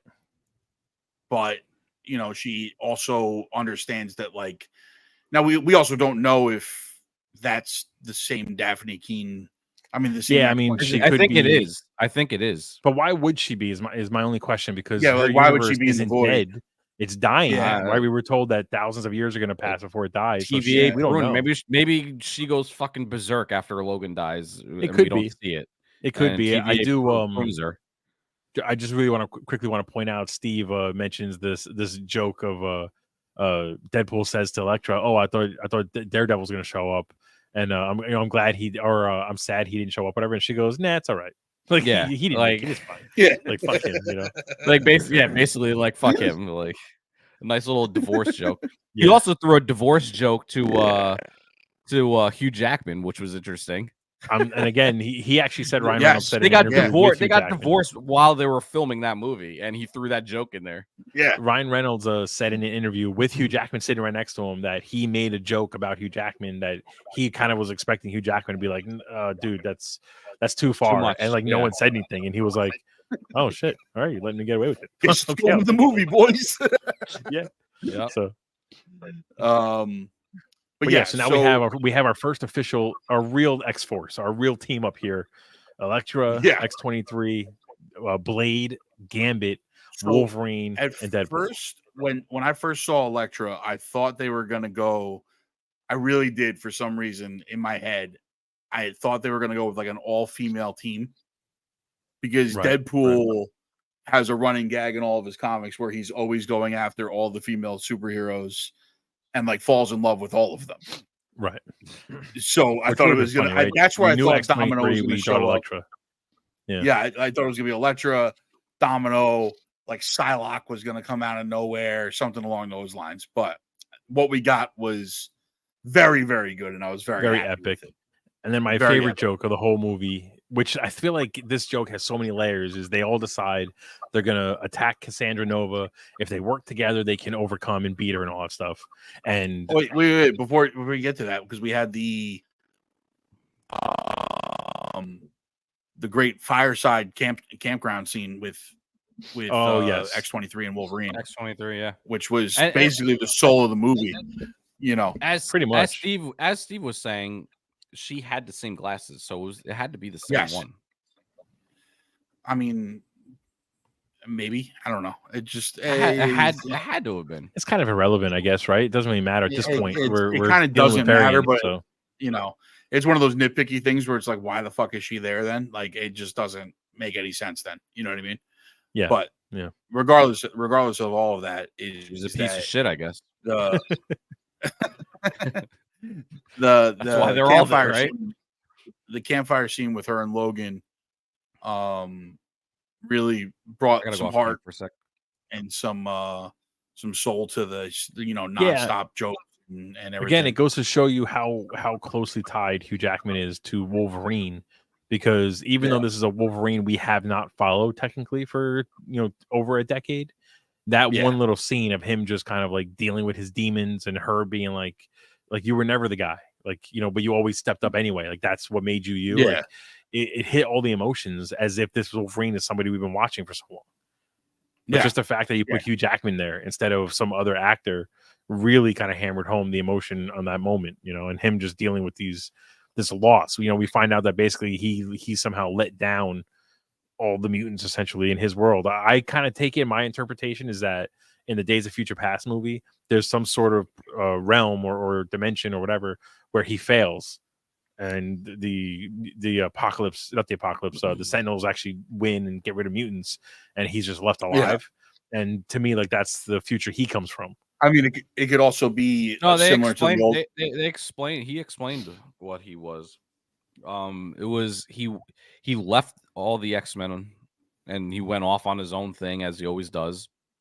And a group of humans invaded the house. That's right. So anti-mutant human soldiers or whatever invaded the house and ended up slaughtering all of the X-Men somehow. Which, come on, if anti-mutant humans beat the X-Men, then those weren't really X-Men. Yeah, I mean, you're assuming that Sentinels were possibly involved and also other shit, but it's up to your interpretation. I forgot about that, I guess. Actually. I got to watch the movie again, apparently. Could have been the Ravagers, whatever, But I mean, that was a good way of like giving us the arc of Wolverine in this movie, of like being like giving him the reason to fight and the reason to really go through with this plan to invade Cassandra Nova, and that he is the fucking hero and he is the X-Men and he is that guy. Yeah. Because she remembers him, whether it's the same Wolverine or not, like she remembers him as the guy that saved her. So that killed himself to save her. That sacrificed himself. Yeah. And if you think back to Logan too, he's telling her the whole movie, I'm not the guy I'm not here to take care of you. Like, meanwhile he spends the whole movie protecting her. So but it was like a Joel and Ellie thing. Yeah. But going back to my favorite joke. This is my favorite joke of the entire movie. Is they're riding up to Cassandra Nova's compound. Ant-Man's hands are closed. They're like, how are we gonna get through? Blade pulls out a rocket launcher from somewhere, and he's about to shoot. And someone says, "Now, did Deadpool say something about about Blade, or he just out of nowhere goes, I'm the only Blade, motherfucker?" Yeah, which cracked me up. One, because we all know as audience that there's another Blade that's supposedly on the way. Yeah, but then Deadpool looks at the camera and gives a look that could mean three different things. It could mean, I'm not going to tell him. It could mean like he, I think he will be the only Blade because the other one's not happening. Right. Or it could mean like there really was another Blade already on TV. So like you're wrong, So like there's so many ways that could really land. Steve says it's the Punisher's rocket launcher, which I didn't realize. Yeah, DP cool. does say that. He does say Elektra says it. Elektra says it. Okay. Yeah, because Elektra's like, oh, that's the Punishers, and that's when Deadpool's like, which one? There was like 5. That's right. And Blade goes, there's only one Blade, which is, I mean, listen, in my eyes, until Mahershala Ali proves me wrong, there is only one Blade. Yep. Yeah. Such a good joke, and now can we talk about Cassandra Nova and how the way, like, she's obviously Professor X's twin, right? And yes, they both have like these telepathic abilities, but she can't do it with just her mind. She has to physically go into people's minds It was best both visual. the most amazing That and off-putting thing I've ever visual- seen on film. That visual is fucking awesome. I thought that made her so much more terrifying. It was great. Oh, it made her so much more terrifying. Yeah. So much. And honestly, they did a great job of playing it for laughs just enough, but always keeping it creepy. Yep. Yes, You know, her fingers are going 100%. through eyeballs and noses and whatever, but like it always just felt like made you kind of squirm in your seat a little bit, you know. Yeah. Slots.com. Oh, we got Steve watching. Podcast is brought to you by TikTok. He's giving Slots.com. a shit. He goes, "Who the fuck? I watched the bootleg and I can remember more than you guys." Yeah, it's easy because you're sitting here Googling everything right now. Yeah, exactly. Paul Rudd does age. Yeah, That's a great That joke was a too. good joke. That's That another is a good good joke. joke. But you're right. The Cassandra Nova like fingers through the brain thing. Like later on when she does it to Paradox and then grabs him by the upper jaw and just drags him. I was just like, oh my god, Fucking awesome. Just great, You just know? a great visual. You know, and of course She we got was such a Deadpool calling great it face villain, fucking. dude. She was such a great was a villain great on villain. the chance that like we knew how powerful she was because she's Professor X's twin, and then also they gave her the creepy vibe and like this idea that she could just end the entire multiverse all at once. I You do know? wish we saw like the plan going into the Cassandra Nova's compound that I think we kind of skipped over was that they need to take Juggernaut's helmet off Yeah. and put it on Cassandra Nova, or at least use it to protect somebody from her powers so that they can put an end to her shit. And I do wish we actually saw them get the helmet off. I know we saw Juggernaut's head get cut off. I don't know if we even saw it or if it was just super quick and then the head falls. X23 cuts his fucking ankles off. Yeah. Well, yeah, that I hands. remember seeing. That was like brutal. But like, you know, we ever see the head actually get cut off? Like, you know, in the comics, in the cartoons, Juggernaut, it always requires a team of people to get that fucking helmet off. And here we kind of see maybe two of them like have to fight him. It's like almost like simple, which I felt could be a little worse. You know, I'm a big fan of Juggernaut and like big, you know, characters like that really are powerhouses. So I felt like he was a little weaker than I would have liked. But then again, we are talking about a small ass Juggernaut, right? It's not the Juggernaut. Yeah, we didn't get the the Deadpool 2 Juggernaut. Right. Juggernaut, bitch. We didn't get that one. I wish. Yeah, we got. Why didn't he say that? Why didn't he say that? We needed one of those. That's one joke we were missing. Yep. Yeah, I guess. It would have been funny if Deadpool said it. If Deadpool, when they roll in there and all of a sudden and you see Deadpool go, "Oh, it's the Juggernaut, bitch!" Like if he said it, it would have been. I'm surprised he didn't. I'm surprised he didn't. Honestly. Yeah. I mean, he might have been one of the edits. God only knows how much they edited out of this movie. You know what I'm saying? Because I know they let him just keep go. But this fight scene, you have X-23 cutting Juggernaut's ankles apart, right? Yep. You have Blade. Basically, the only thing I didn't like was they gave Blade a machete for some reason instead of a katana. Yeah, which was kind of a weird choice, right? I know a weird choice, but whatever. But they did give him the star or boomerang thing. He had the glaive. Boomerang. He had the glaive, and he threw it around, and he killed everybody, and he delivered the most Blade line of all time from Blade 1, where he's like, "Some motherfuckers always trying to ice skate uphill." Yeah. Yep. Yeah. Oh, such a deep cut. I guess some motherfuckers are still trying to ice skate uphill. Like it's just so good. And then we get like you mentioned earlier, Gambit showing us why Gambit could work on screen. Maybe he doesn't get his own movie, but he could work. The fight scenes with him using I've always his said staff, I want to see a good Gambit in a movie. I just don't think he can get his own movie. He's definitely a side character for all time. Like and that's fine. And for me being a fan, I'm fine with him being a side character. I'm perfectly fine. Yeah.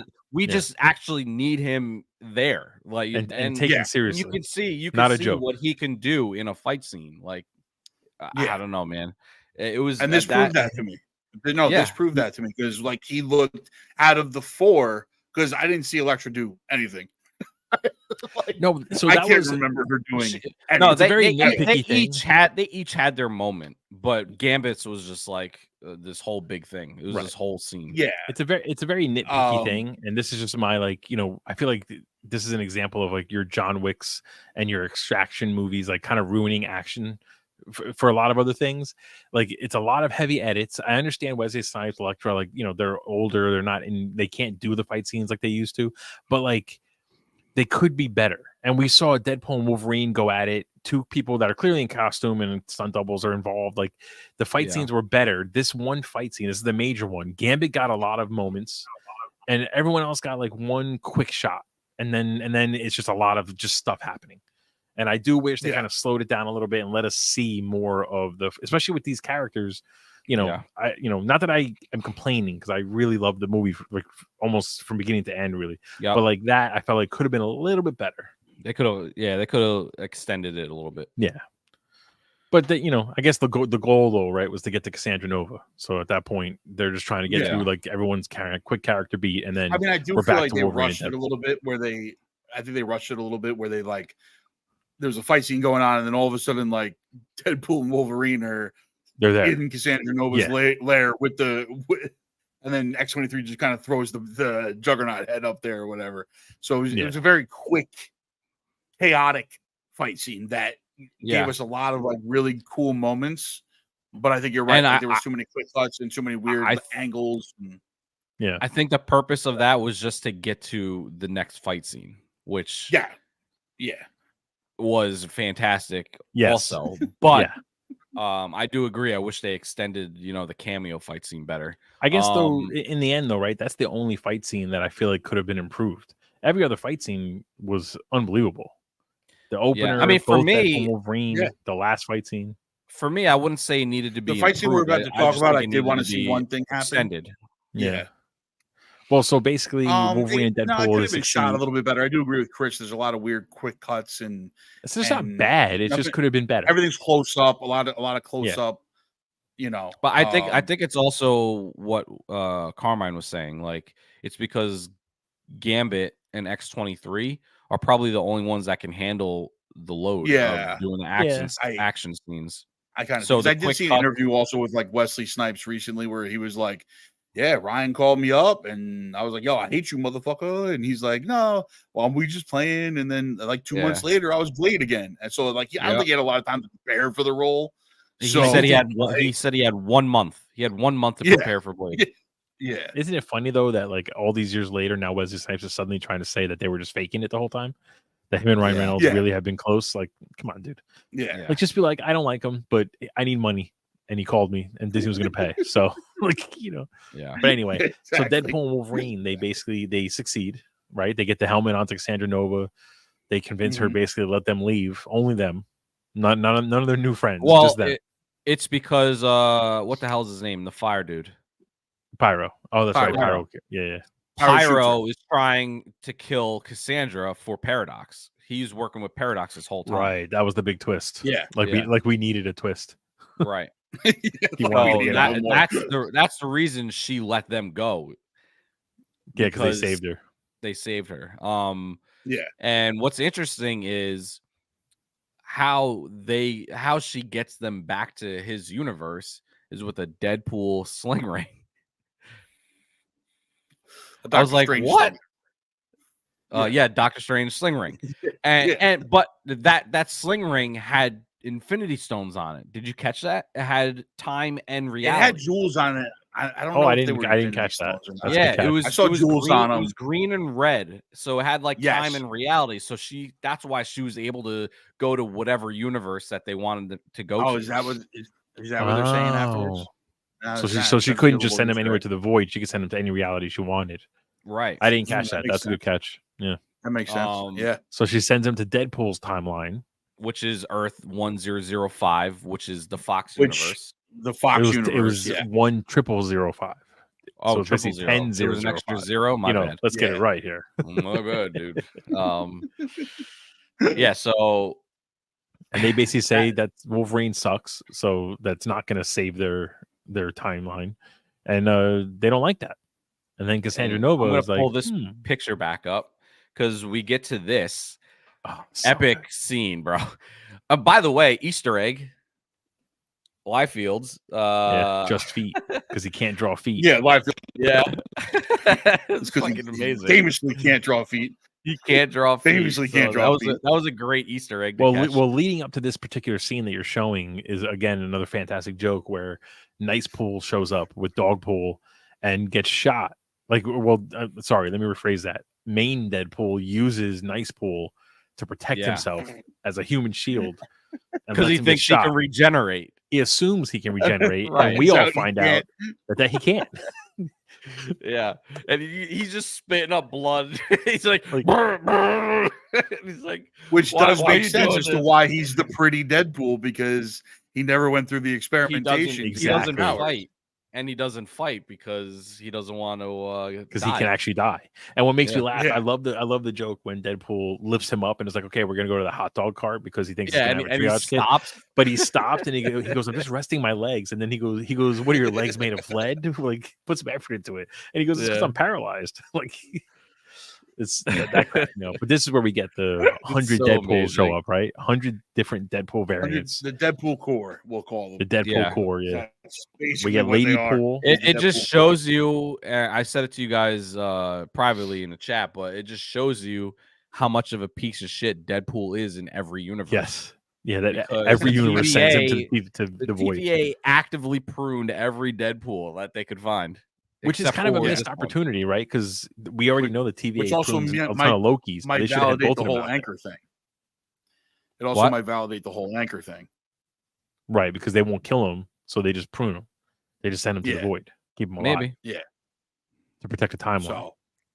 But we also get my favorite Deadpool variant. Headpool. We get Headpool shows up. Yeah, which is a great popcorn bucket, by the way. I absolutely love that. Popcorn bucket. I will be using this. You get Cowboy Pool, you get Ronin Pool, you get Blake Lively as Lady Pool. Blake Lively as Lady Deadpool, you get Deadpool 2099, you get Deadpool. Basically, almost every variant of Deadpool that they've ever had. And they get Welsh Deadpool. That was actually a Wrexham player from the soccer team. It was a Wrexham player. Yeah, which is amazing. Players. Yeah. Which was awesome. A little nod to Ryan Reynolds' soccer team. Yep. And they cut a scene of a TVA agent that was Rob McElhaney. Which is just embarrassing. Yeah, it's like, what the embarrassing and awesome at the same time that Ryan did that too. It's like it's a funny prank to your friend, but it's also a dickhead move. Yeah. Now this scene was amazing. This fight scene was absolutely everything I wanted it to be. Where we have Deadpool Prime and Wolverine, who finally puts on the motherfucking mask. Matthew McConaughey was Cowboy Pool. That is right. Yes, Matthew McConaughey was Cowboy Pool. Now, at first, the mask looked a little goofy to me. And then the Wolverine mask, are you talking? Yeah, the Wolverine mask looked a little goofy. I thought that was an epic moment when he fucking puts it on. It was a good moment. It was. But my problem is, and I said this to you guys in the chat. I just put a picture. I added a picture, Fred, if you want to throw it up there. I said this to you guys in the chat. I got two problems with when he first put the mask on. One is the entire movie he's wearing the suit. Yeah. And never do you see like a hood or anything behind him. So clearly it was hidden the whole time just for this moment where he pulls it up over his head. Yep. Secondly, because of that, it's CG. It's the same thing with it's the same thing with Spider-Man. You never see his mask, and then he just all of a sudden he just pulls it up. Yeah. Even like, and every character they explain it away with the nanotech helmets and suits and all that stuff. Here though, that's not what this is. I mean, this I guess they don't say it, but this isn't nanotech. He has to reach back and lift it up. And because of that, it's CG just for a second. I mean, it's not very long, but it looks cartoony. You can just tell that he's not grabbing anything. He's just faking it. And then when it cuts and it's an actual mask, it looks fantastic. But for that one moment, it's so obvious that it's not real. It's for that 1 second that he first puts it on. It looked a little goofy to me. And then immediately, like when they cut away from that and cut back, it looked way better. It was just something about the way he put it on, like how it sat on his head. Like it was, it looked wider. It was all CG at that point. Yeah. It just looked a little goofy. I get it. And then they quickly got it back right together to this. Now again, we're nitpicking, right? This is just such a minor complaint, but this is what we do. You know what I mean? Yep. This is literally what we do. So that fight scene was amazing. Yeah, I mean, we get the one shot, right? The long one shot of them going through the bus. Through the bus. Yeah. My favorite scene though is when like I don't even know how many Deadpools just kind of jump on Wolverine, and kind of the camera keeps moving, and then all of a sudden you see Wolverine's just battling with all these guys, and just fighting them back with Deadpool behind them, hiding behind them for a second, and then getting involved. Like, it was an awesome move where Deadpool, I think it was during that part where Deadpool like kicks the gun out of the other Deadpool's holster, grabs it and shoots him. I was like, holy shit.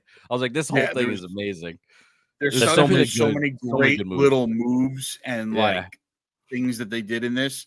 It's absolutely amazing. You can watch that fight scene 1,000 times and probably see something new every single time you watch it. I was just going to say the same thing. It's worth watching over and over again. Yeah. And the only thing I thought was missing from them fighting the Deadpool Corps was I wanted to see a big bad Deadpool, like either Carnage Pool or Deadpool Spirit of Vengeance, right? Like something like Deadpool one of the bigger. They wouldn't be able to do it because it's Sony. Yeah, like imagine a taco truck came in on fire and it's Deadpool Spirit of Vengeance, but with the chains and everything like that. We said this in our private chat, but the one thing they missed was having Nick Cage come back as Ghost Rider, right? You could have had him be Deadpool Spirit of Vengeance. Have Nick Cage come back and just voice that character. Or that you could have had him come in to save them from Deadpool Spirit of Vengeance. Yeah. Even if you don't have Nick Cage show up like in person, right? You can have him just do a voiceover and just put a CG Ghost Rider show up to stop the Deadpool Spirit of Vengeance. Would have been cool too. It's a missed opportunity for sure. Because Nick Cage would have done it 100%. Absolutely.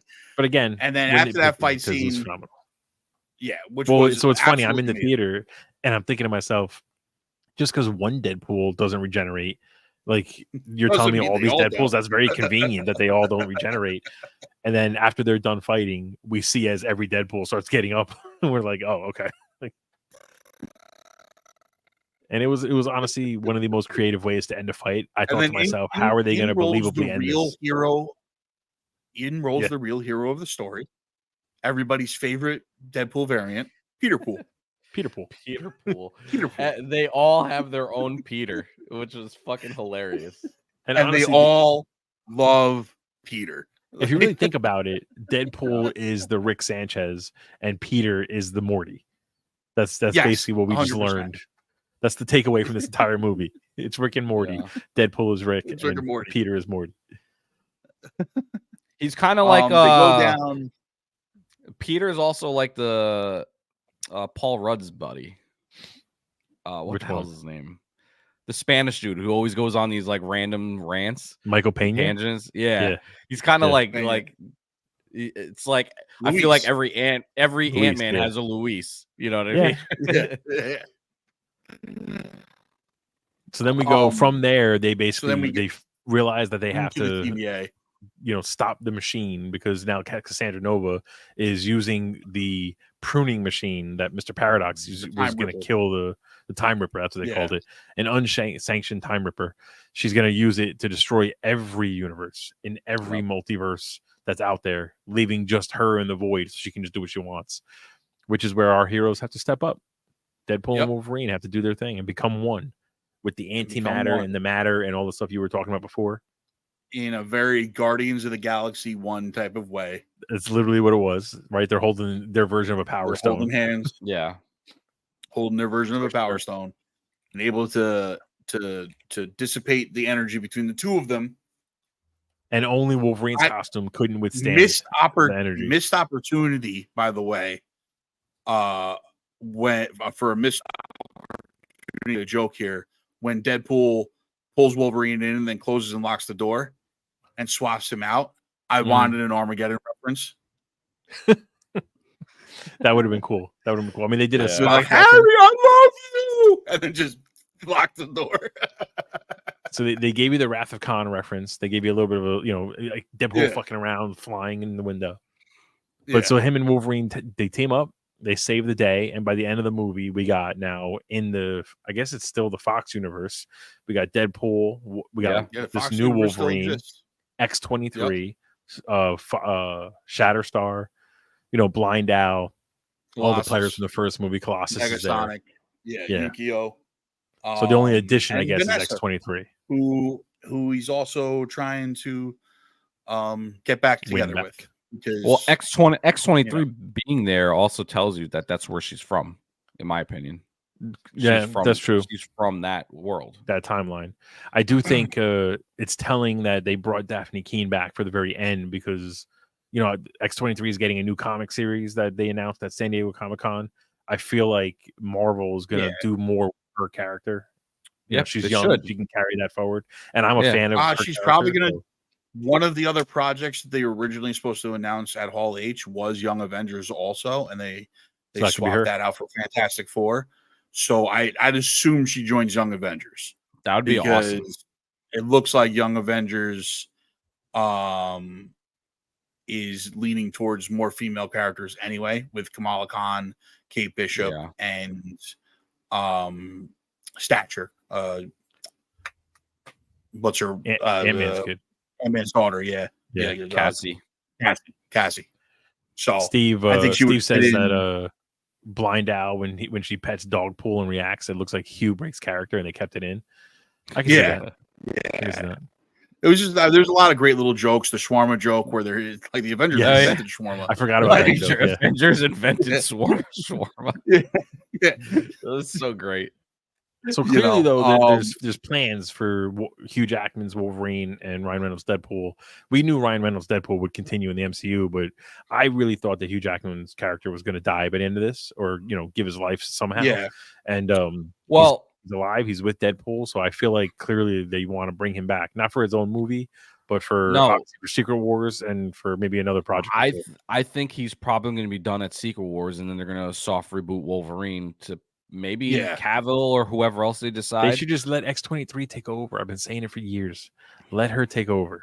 I mean, she takes over as Wolverine in the comics. I don't think they're going to do it. I don't think they're going to do an X-Men movie and not have Wolverine, though. Well, no, have X23. Yeah, but I don't think that's what they. You got to let Wolverine breathe, man. She does take over as She becomes Wolverine in the comics. She is the Wolverine. She carries it forward, So like.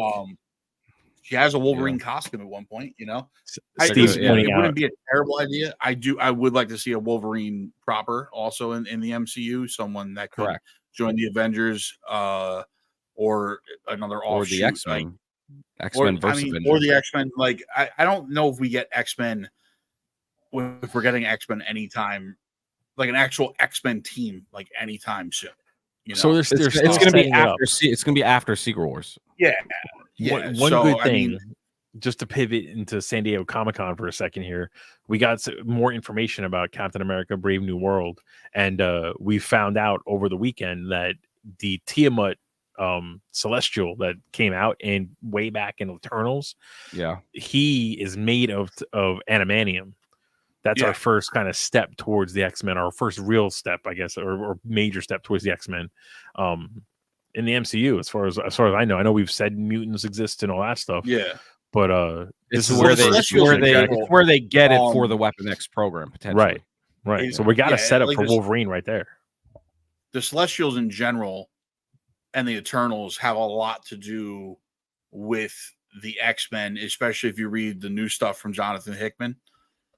So, basically, Celestials put the X gene in everybody on Earth, and it actually gets manifested in different ways and whatnot. And the Celestials, they are when they take over a certain planet, they're planets that weren't going to. Basically the X gene is to fuel the Celestials. If that makes any sense. Yeah. And then, if they don't take over, then basically everyone's getting superpowers somehow. Before we get too deep into San Diego Comic-Con, let's just real quick, let's score Deadpool and Wolverine. Let's score this out. Let me ask you guys a quick question, because we got the captain's review in our private chat, and he's away right now, not able to join us. He's currently in the lovely city of Detroit. God only knows what's happening to the poor man. He's eating mom's spaghetti. He mentioned in a voice memo to us that he felt like this was a really, really great standalone movie. Did you guys feel like this connected to the MCU enough? Yeah. To me, it did. Just the fact that they included a TVA was the connection you needed. I mean, yeah, like, how much more should it have connected? I feel like this connected just as much as any other MCU movie besides, your Avengers. I'm just asking the question because it seemed we haven't had a chance to really talk with John about this, but it seemed like for him it didn't really connect all that much. I don't know that I wanted it to. I feel like, I guess agree that's a with better you, Fred. question. Did you want it to connect more? You know what I mean? Is really one of the I thought the way problems- they did it was perfect. when you look back at phases 1, 2, and 3, all the movies connected in very small ways. You know what I mean? Guardians of the Galaxy introduced an Infinity Stone, and we just knew that was something that was in other movies. It wasn't like a specific Infinity Stone that another movie already talked about. So like this connected more than most of the MCU movies back when it was operating at the upper echelon kind of level. Yeah. So to me, I was very happy with the way it went. I was happy with it also, and I'm wondering. I haven't had a chance to talk to John about this yet, but I'm wondering if I don't think he's watched Loki season 2. So if you that's haven't a problem, watched though, Loki that really, season 2, yeah. does this connect then as like an MCU movie? Yeah, because Cassandra Nova, and that might be when Cassandra Nova's doing her thing, you're seeing the spaghetti start happening, and you would understand that if you watched Loki. Yeah, like Loki season 2 was the connective tissue for any of these multiverse movies. Yeah. Loki season 1 and 2. I don't want to speak. Really I don't want to speak for the captain, but I think that's where the disconnect might have been. And if that is the case, then if you are an outsider coming into this, watching this movie for the first time, I can see how you would think that it doesn't really connect to the MCU. Yeah, in many ways. 100%. I think that would be that's what he's talking about. That's what he's missing. Yeah, for sure. Yeah. I don't know if that's a good thing or a bad thing because the shows haven't done a really great job of capturing people's attention, I think. And they have, but there is things in those shows that are very connected. I think Loki was like the only one that captured people. Yeah, probably. Yeah, I do. It's one of them, but I don't know how many watch season 2. I will say, when the movie was over, and I'm talking after the end credit scene, which we didn't even mention, how we cut back to the TVA and Deadpool appears on screen and basically says he's tired of getting all the heat for getting Johnny Storm killed.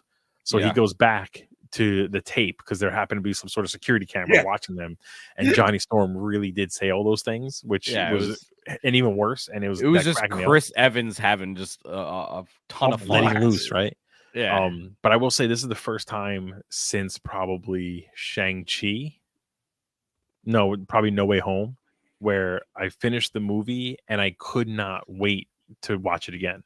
Yeah. And I was like itching to watch it again. Facts. Otherwise, when I first left the movie, I would have given it a 10 out of 10. Now that I've had a little bit of time to calm down, I'd probably give it more like a 9.2, mainly because I felt like, we didn't lose any characters in the movie. So, there's always like an issue with like stakes when none of the main players, villains, like random lost villains, but like I personally like when there's some sort of like recurring damage or a death or whatever on the heroes, because it makes it feel like, they really went through some shit. And then, like I said, little nitpicks here and there with the fight scene, I feel like could have been a little bit better. And I love Gambit. I just, I'm always going to want more of Gambit. So, Facts. More Gambit. So I would say like 9.2.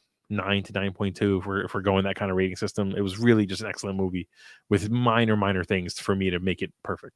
Yeah, I'm in the same boat. I went with a 9.3. Like you said, there was just minor nitpicky stuff that it honestly probably shouldn't even lower the score because of how good the movie was. But if we're just gonna be honest about it, like there are some things that can affect it, and I just landed at 9.3. It could probably be higher.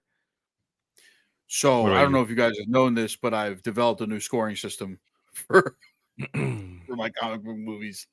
And I know Chris has seen a glimpse of this on videos that I've sent him. That I'm going to eventually try and get a series of this out where I break down all of these. We're going to have to redo it. We're going to have to redo it, you and me together. Yeah, me and you're going to have to redo it together. So plot story, I gave it a 9. Casting, acting, obviously, it's a 9.8. Everybody was perfect in this movie. The villain, Cassandra Nova and Paradox, I gave collectively a 9 because she was creepy as fuck, and I thought it gave decent stakes to this movie. Action scenes, 9.2. They were all really on top. You know, like we said, there's some issues with some of the fight scenes that could have been a little bit better in some ways. Visual style, costumes, 9.3. I thought everything looked great. I thought, honestly, Gambit's costume kind of knocked that score down a little bit. Theme is really big about is Deadpool meant for something bigger? Is the you know, the stakes of what he is supposed to be bigger and everything like that, and what it means to actually be a hero. That got a 9. Soundtrack score. We got to talk about the soundtrack of this movie. Was the best Phenomenal. Absolutely phenomenal. Start to finish, that's a 9.8. Spectacle, entertainment, that goes with the comedy also. This gets a 9 over the top. We could have had a little bit more spectacle, I think. Entertainment-wise, is probably carrying that score more than anything. Editing, pacing, really well done for such a longer movie. That got a 9. Character development, we saw a good arc of Wolverine, a good arc for Deadpool. We're at a 9.2 for that, leading me at a total for 92.3, or out of 10, 9.2. Nice. Jesus Christ. All right. right. You don't understand. I did that. I rewatched the first phase 1 of the MCU and did that for each. Oh my God. And That's so crazy. far, this is better than every single movie in phase 1. This movie scored better than every single movie. I can believe that. Including the Avengers. I can believe that. The Avengers. So yeah. This is Deadpool's Avengers, basically. I mean, it is Deadpool's Avengers, basically. So all right, so we're gonna shift to Comic-Con. We got all our scores in. We all thought it was an amazing movie. It was actually. Hey Chris, you're gonna cut this up, right? And I'm gonna have to because I'm falling asleep over here. Yeah. All right, so you want to do another intro? No, we can just go for it. Yeah. Let's just get into it. Be good. So, all right, Comic-Con. So I have first all the info brought up, basically. Okay, so first up on Comic-Con was Captain America, Brave New World. Boom. The whole cast got on stage, or most of the cast. Even Harrison Ford got up there, and he kind of hulks out a little bit. We had a nice moment with the fans. He did a very old Hulk out. Yeah, he was very old. But I guess they showed him, footage that we haven't seen yet. So I'm very curious what that footage is. But I don't know. Something about this, the fact that they said they're trying to go back to Winter Soldier ground and pound type of fighting in this movie gets me really excited. I'm super amped for this one. Well, when they were talking about going back to a Winter Soldier style, also of being a political thriller and just going back to a very grounded story and style for this, that made everything for me. I was like, thank God we're going to something like this. Facts. I think they also hinted. I think Anthony Mackie leaked it by accident. That there's going to be other Hulks in it, so Mark Ruffalo might be in there. If you watch the interview, he basically just said that he was talking about how the Hulk has been handled in the past and how this movie. The question was basically how this movie honors the Hulk, Mark Ruffalo's Hulk. And in his little spiel, he says the words when he shows up, we do something a little different. So people are saying that he just let it slip that Mark Ruffalo's Hulk is going to appear, which would kind of make sense because the Red Hulk should really wipe the floor. I mean, there's Captain America. There's also a chance of Abomination, and there's also and he's still around, right? Yeah. Of She-Hulk coming in, and Scar. And Scar. At the end of She-Hulk, Scar was around too. So I mean, you have plenty of Hulks that can show up. And this is where I think we're like the Marvels was the first one to really connect the shows to the movies, but that was one movie, one show, right? Yeah. I think this movie has the potential to connect 3 or 4 different shows to one movie. Yeah. I'm all in. I feel like this Captain America is long overdue. We I should have agree. gotten this a year, at the most a year after his show ended, which is one of the, I think, problems with the MCU is they were so focused on introducing all these new characters instead of following up on the characters we actually cared about. Because Disney Plus wanted the subscriptions, so Right. they were like heavy focus on the shows. I like Falcon and the Winter Soldier show, but like to end the way it did, with everyone really, for the most part, liked the way it ended. We all loved his costume, and then here we are in 2024, and we're not gonna get the movie until 2025. Like it's too long, but you know, I'm glad it's finally coming. I do feel that COVID had a lot to do with a lot of what we're going through right now, because there's and the writer's strike also right afterwards, because there's a lot of dead time that happened that we could have. This movie was supposed to come out years ago. That's true. They had like a million it like 2 years ago. Yeah, and if we got it 2 years ago, closer to when the show happened on Disney Plus, I think we'd feel a little bit better about that whole process of like them being able to connect things quicker. But like I agree with you. I agree with you on part of it too, because like we haven't gotten another glimpse of Shang-Chi in 12 projects that have happened after Shang. And at this point, I'm pretty sure it seems like we're only going to get another Shang-Chi anything for Secret Wars, which is like Shang-Chi 2 is confirmed to come before Secret Wars. But Simu Liu said that they haven't even like finalized a script yet. Yeah, they haven't finalized. I mean, they got time, but like, have to push that back. I just don't see it. You know, it's the same thing with Blade. I just don't see it coming until after Secret Wars, which is a little crazy to me, because especially with I don't see it with if they stick to their declaration of only 2 to 3 movies a year. Yes, I don't see it, but they may change that up and maybe give us 4 1 year. Could. Maybe take a show away and give us a movie. I don't know. Take a show away, give us a movie. The other I don't what other shows are coming out right now? Just the Agatha show, right? And that's basically it. What if season 3? Agatha the animated shows are nothing. Ironheart. Ironheart. Yeah, I thought Ironheart got scrapped. No, I thought they changed it to a movie. Like, isn't that a part of I think Armor Wars now? It's part of Armor Wars now. I thought it was coming in February. I don't know. Maybe it is. Maybe I'm wrong. I can look it up. I mean, I know they had filmed a bunch of stuff for Ironheart. I thought it was coming also, but then I also heard that they bumped it into Armor Wars, because there's set photos. So we got Daredevil Born Again as the Hood. Yep. Oh, that's a big one. That's a big one. We got Ironheart is still coming out. It doesn't have a date that I'm seeing here. Eyes of Wakanda, which is another. That's going to be a cartoon too, I think. That is a cartoon. Marvel Zombies cartoon. Wonder Man, which I heard that got scrapped also. That may have gotten scrapped. Maybe this is an old thing. Armor Wars is a movie now. Yeah. There's another untitled Wakanda series I'm seeing here.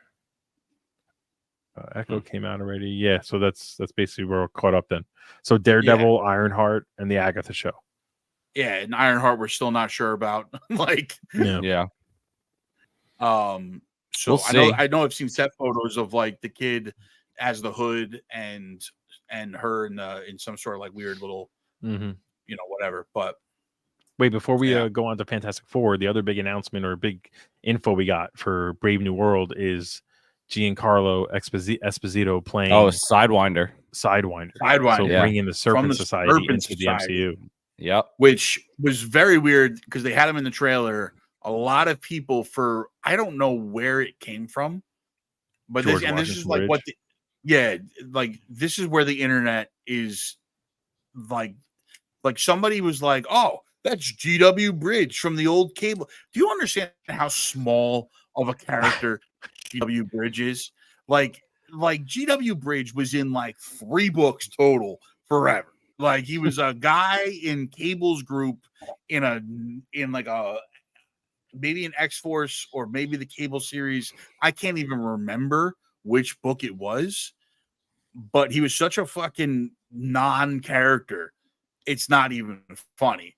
And everybody was just like, that's GW Bridge and blah, blah, blah, blah, blah, blah, blah, blah. And I'm like, they ran with it. Ran with it. The whole internet ran with it. Everybody was, then this dude gets out on, he's like, Sidewinder from Serpent Society. Everybody's like, oh my God. So next up in Comic-Con, now is next. We had Fantastic Four on the stage. I'm excited for this. I don't care what anyone says. I'm excited too. I'm excited for it. I think it happens in another universe. It is another universe. It's a futuristic 1960s. Yep. Yeah. Yeah. So that's the point I was going to get to. It's definitely not on our main timeline or anything like that. It's possible it's Fox's, but I don't know. It kind of doesn't make sense to be Fox's either because I think it's going to be completely separate universe from that also. Yeah, the fact that it's so futuristic of a New York in the 60s just makes it seem like it's completely different. Honestly, I think this is honestly where we lead. I think this movie of all of them is going to be the one that really leads us into like Doomsday and then Secret Wars. I agree. I think this will be the important one. Like I feel like the same way the Guardians of the Galaxy essentially was our big introduction to Infinity Stones back in Phase 2, and Thor Ragnarok was our direct lead in to Infinity War. I feel like this is going to be the big one that leads us to Doomsday for sure. Yeah, I would probably agree with that.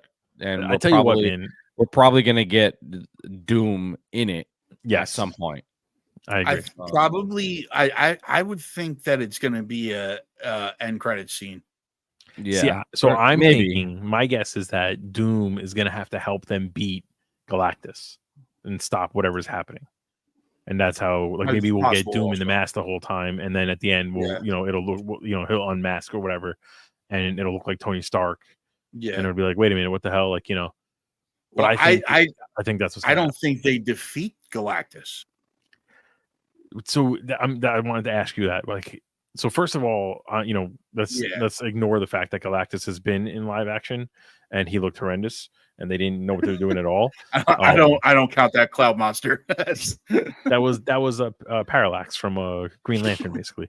I can't wait to see them put a real comic accurate Galactus on screen. They gave us that with Arishem in the Eternals. They did it with the drones, and like the chills I got seeing that. I mean, Galactus again. I love these comic book characters that are just these huge characters. Oh shit! I love these huge characters, and anything that's like just kind of a giant powerhouse. And I've always been fascinated by Galactus and just the Celestials, and to know that he's finally coming to the big screen. I am so excited. But I don't think the Fantastic Four is enough. I think they need help, which is why I think Doom is going to end up helping them fight Galactus. Maybe not beat him, right? But I don't think they need help defeating the Galactus. I think they need help running away from Galactus. That's what I was going to say. It's probably going to be a thing where Doom helps them escape the destruction of Galactus. And maybe he helps them escape into the void. Like he discovers how to travel into the void or something. Either into the void or into another universe that creates some sort of incursion. And that was his plan all along, so that he can take control of basically the multiverse. And then that leads right into Doomsday, which is him trying to just be in charge. And while they're fighting him, it causes Secret Wars to happen. Because the Secret Wars 2018, Reed is a big player in that, where he develops a ship to basically escape the universe that's imploding from an incursion, and that's how they get out of there. So maybe they take that idea of their universe getting eaten alive by Galactus, and he builds a ship to get them out into another universe, into another dimension, if you will. Maybe with Doom's help. Maybe Doom wants to get, like, he knows Reed is the only one who can get him to the universe he wants.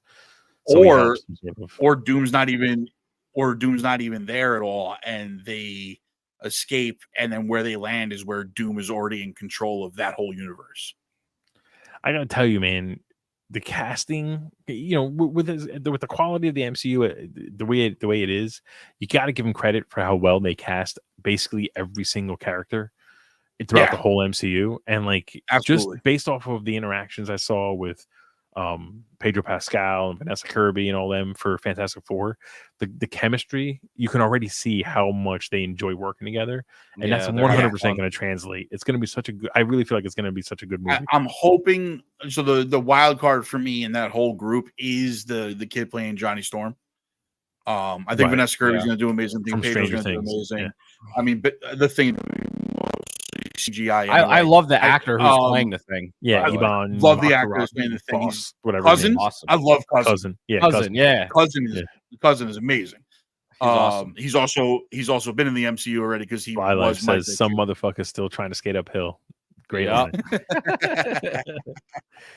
Because he was Microchip in the first season of The Punisher. Mm-hmm. Yeah, he was Micro. So yeah, he was great. Great actor. Amazing actor. Love him as the Thing. The kid from Stranger Things. I don't know if he can pull off the smarmy, wise ass type of character that Johnny really is. Mm-hmm. I'm hoping Chris Evans portrayed him. Yeah, closer to what Chris Evans did. You know what I mean? Yeah. But I think he out of the Fantastic Four cast, he is the wild card for me. I think everybody else is. I would agree. Great. I would agree with that. Because I agree with Chris that they have a lot of chemistry. He's such a crazy personality away from the other three, so he really has to nail it. But you can see that he's already. I feel like he's already nailing it. He's like encompassing that persona in the interviews when you watch just the interactions with all the cast. Like fucking Pedro Pascal and Vanessa Kirby already seem like they're truly in love and about to get married, and everyone else just seems like they're a part of the group and they're. I mean, everybody's in love with Pedro Pascal. Let's be honest. Fact. You cannot be in love with Pedro Pascal. Internet's daddy, right? Internet daddy, you know. But I agree. Like they do have a lot of chemistry together. I'm just hoping he can pull off like the real smart ass, like almost of Johnny Storm. But again, I just want to see Galactus. I need to see a comic accurate Galactus. Yeah, I think Galactus is the key to a lot of what this movie's going to be about. I think they're honestly going to be fighting the Mole Man for most of the movie for some reason. I still think that. Thunderbolts. I don't know. We'll see. But moving on, we have Thunderbolts coming up. I honestly don't know how I feel about this movie. It's an interesting team up. I think we're gonna get some crazy action sequences as we should, but there's something that I just feel disconnected with on this movie. I agree. I don't know what it is. It doesn't feel like it matters. I want to know what the asterisk in this title is because they even asked it on stage at Comic-Con and they're like, nope, because it'll give away too much. There's something going on with this movie that it's not what we think it is. Because but what could that be though? I don't know. All I know is this doesn't feel like a Thunderbolts team. It doesn't like a Suicide Squad together. You're telling me the Joker's going to come out? Jared Leto's going to come out as the Joker? I'm going to hurt you. Thunderbolts have always been more of a Suicide Squad, right? Mm-hmm. This is not the Suicide Squad. You know, this is not. The trailer, apparently the trailer they showed at San Diego Comic-Con had an extremely similar vibe to the trailers for the originals, for the James Gunn Suicide Squad. Yeah. I mean, that's fine. I'm saying that's what they're going for. They're trying to there's the comparison for a reason. Well, that's what the Thunderbolts is, though. The Thunderbolts, right? That could be like a first half thing, and then something happens and a switch. Yeah. My point is that the characters that they chose for this version of Thunderbolts shouldn't be the characters for a Thunderbolts. Yeah, you've said that before. I get that. I mean? I agree with you, Fred. I feel like I don't care. And none of the characters are like. I don't know if I don't care. I just don't know what to expect out of it. You know. Yeah, they should confirm early that Red Hulk's going to be in it. You know what I mean? Like they got to give us more. I guess I'm holding judgment until I see. We knew Red Hulk was going to be in this way before we knew it was Captain America. I don't know why they're hiding it still. It's silly that they're hiding. I don't know why they're hiding it either. But the other thing too is like they made an announcement at Comic-Con. I don't know why they didn't make a bigger deal out of it, but the kid, Bill Pullman's son, what is his name? John Pullman, whatever the hell his name is. He was on the stage and he was like, yeah, I'm playing Rob Reynolds or whatever. Right. That's the Sentry. But wasn't what's his name? Glenn from Walking Dead supposed to be a Sentry? He's out. They replaced him with Bill Pullman's son. Racists. They're all racist. Bill Pullman's son played Bob in Top Gun Maverick. That kid. Fuck Bob. Fuck Top Gun Maverick. You know, so Top Gun he's Maverick going to was be amazing. He's playing Sentry. So Sentry's going to be in this movie, or he's going to be made at the end. It seemed at the very least. So we're getting Sentry. They haven't announced who the other. I want him to come back. He's off in space with the Guardians doing something. But I do see potential in this because I think Captain America leads directly into this movie. It would make sense because I feel like we're going. I feel like we're gonna get V in Captain America, even though they're not announcing it. I feel like the head of the CIA or a CIA operative is going to be somewhat involved in a political thriller involving the president, right? So I think she's going to be in Captain America. And she was on stage with the Captain America cast. Oh no, she was on stage with the Thunderbolts cast. I'm sorry, Thunderbolts. Thunderbolts, right. Yeah. So I think she's gonna, to your point, I think she starts in Captain America and it's gonna blend into the Thunderbolts. Yeah, what I agree with that. Speaking of real quick, just jumping back to Captain America, do you think Sam Wilson takes Super Soldier Serum in that movie? I don't know. That's a good question. He shouldn't. He shouldn't. You're right. And the only reason why he shouldn't is because they spent an entire show with him basically explaining that he doesn't need the serum to be Captain America. But and in the trailer he says it like and like you'll never be Steve Rogers. He's like, I know, like I'm not trying to be. But how can he continue to be a part of all this if he's not super strong and keep up? So in the comics they retconned. That's why he can fly. Yeah, hold on. They can only do so much. In the comics, they retconned. It's a very obscure run of the later Captain Americas where Sam was Cap. That he does have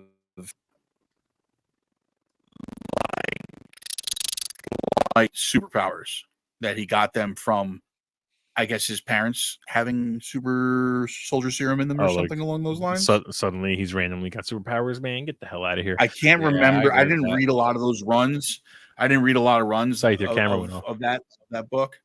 But there was a slight retcon somewhere where they did give Sam superpowers at one point. I read a theory that the fact that adamantium is confirmed in Brave New World and is a part of the storyline, and Captain America's fighting to either protect it or to make sure that the wrong people don't get it.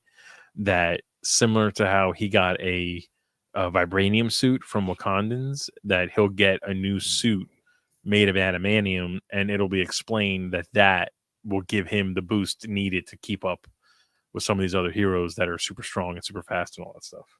Interesting. All right, let's move to the big announcements. Not that these were small ones, but we had a pretty big bombshell drop, and it's involving the 2 Avengers movies. So it really depends on how you look at it, right? Yeah. So Kang Dynasty is officially out, and we are now getting Avengers Doomsday, May 2026. And that's going to lead. It's our Infinity War, which is going to lead into Secret Wars.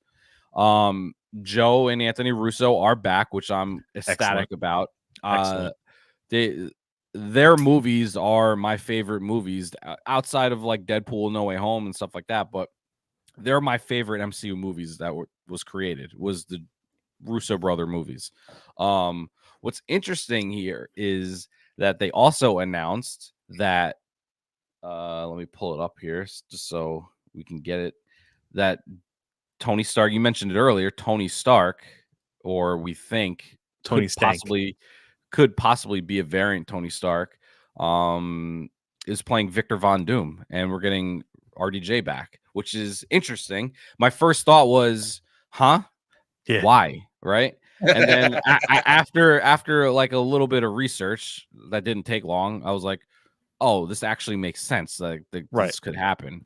So I kind of want. I think we were overthinking it a little bit too, because he could just be Victor Von Doom in a different universe. He could be. They know what I'm saying? Like, as the person who could play Victor Von Doom, like they didn't hint at anything else. He's just Doom playing Doom.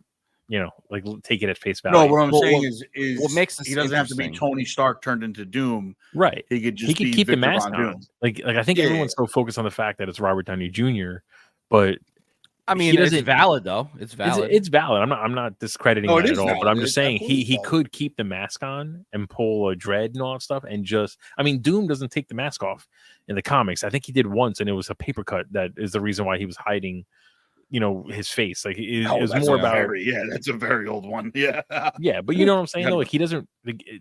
Doom without the mask is not really a thing. Doom is Doom. Yeah. He looks that way all the time. So. I think most actors don't want to take a role. I'm not going to talk about Pablo Schreiber because fuck him and Halo. They don't want to take a role where their face isn't seen because it's like how they make money. But let's be honest, Robert Downey Jr. A is super famous, super well known, super popular. B is getting paid a shitload of money from what the rumors are saying. So the Russo brothers are the Russo brothers are getting 80. RDJ is getting more than the Russo brothers to come back. But that scares me. One of the problems with the MCU lately is these ballooning budgets. You don't need to spend $1 billion to make a movie. Although, but they can't because it's only going to be for one movie, maybe two, right? Right. Well, that was going to be my point. Like, and those two movies are going to make all of the money. You think though? These movies are going to have all of the characters, so it's going to be inherently they're going to be big budgeted, like regardless, right? So you might as well go balls to the wall. Tell me that you don't think Avengers Doomsday and Avengers Secret Wars collectively are going to make more than $20 billion? It depends, man. If the movies that are coming out continue the shitty quality, right? I know Deadpool and Wolverine, we're all riding this high, but if Brave New World sucks, if Thunderbolts sucks, if Fantastic Four sucks, people are not going to go. They're not going to be as excited. It'll still make money. But if they spend $500,000 to make a movie, it needs to make $1 billion to even break even. You're supposed to double the budget. Problem though, like I don't think the movies have been the problem. What do you mean? Thor: Love and Thunder wasn't a problem. Doctor Strange 2 wasn't a problem. Okay, but Wakanda Forever worked. Yeah, that's Chadwick Boseman. That's an anomaly. Yeah, Spider-Man: No Way Home was very good. I agree because it was like it was a cinematic funeral. Is why I agree. Doctor Strange, as bad as it was, made money. Yeah, but not as much as they wanted. It made money because everybody thought it was going to be something it wasn't. Right. But still made money. Like regardless of anything we're talking about, the Marvels made $60,000. No, the Marvels made like $80 million. Yeah, but Captain Marvel, the first one was terrible, and everybody knew that. No one gives a fuck about that character. Yeah, but the first one made over $1 billion. No, it didn't. Yeah, it did. It hit $1 billion. The first Captain Marvel hit $1 billion in the box office. I don't know. This is my point. There was a time where these movies would almost guarantee to make $1 billion, no matter even how bad they were. But we're at a point now where people are questioning. A, they're questioning the quality of the movies, and B, they're questioning whether they should go see it because in 45 days it's coming on Disney Plus. Correct. And so my point is, you got a lot of people questioning why RDJ. Like there's a lot of people online saying it's a desperate move by the MCU, and if they don't deliver with the movies that are leading up to it over the next 2 years, I can very much see people being like, you know what, I'll wait to see what people say, and then if it comes out and it's not like this, everyone's like Deadpool and Wolverine, like it's the best movie ever. It might not do that well. But the thing is, the pressure is high. If they spend you get to double the budget. If they spend $400,000 to make it, you have to hit $800,000 just to break even. That's not even considered a winning movie. So like that's crazy, you know. But here's the thing, right? We were talking about Captain Marvel 2. Captain Marvel was terrible. Everyone to go see it, and then the Captain Marvel 2, they were like, "Fuck that! I saw the first one; it was terrible. I'm not going to go see this." Right? Mm-hmm. We're talking about Avengers movies. The last Avengers movie was Endgame. Yeah. Right. I think Avengers is going to. I think Avengers. Yeah, the Avengers name itself is going to bring people. Yes and no, though, because I feel like the old Avengers had a built-in fan base that loved the classic, Iron Man, Captain America, whatever. But I don't think this doesn't have those characters. Fan base. Chris, everyone has been dying for Doom to be in the MCU. Yeah, the nerds have been dying for Doom.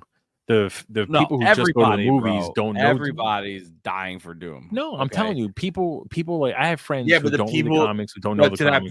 They just want to watch the movies. But to that point, the people that don't know they only know the movies, they've been dying for a Robert Downey Jr. to come back. True, Right. true. That's not. I mean, You know, I don't disagree. But So you get the comic nerds with the Doomsday is and going to you make get- money You regardless. get the nerds with the RDJ. my point is, it's not so set in stone that it's going to be like $20 billion between the two of them. Which I know that was an exaggeration, but you know what I'm saying. Yeah.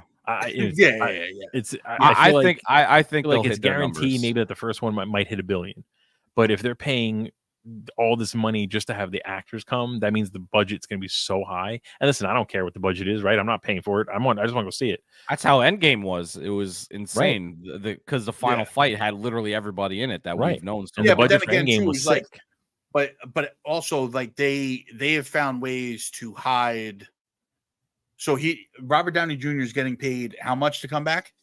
Like so the it's Russos are getting 80 over million. 80 million. It's for so both probably movies. 80 million, but over how many films? Because that's how Marvel does things, right? They're like, hey, we're going to give you 100 million for 6 movies. What I read today is that that the rumor is Downey Jr. is getting over 80 million for this one movie, for Avengers Doomsday. Him alone is getting over $80 million, and he's probably going to get some residuals on the back end. Yeah, I'm sure. Yeah, I think he's made over 500 million from all the movies that he's done for Marvel already. Yeah, but I think they split it between the movies. I don't see how they're going to give him 80 million for one movie.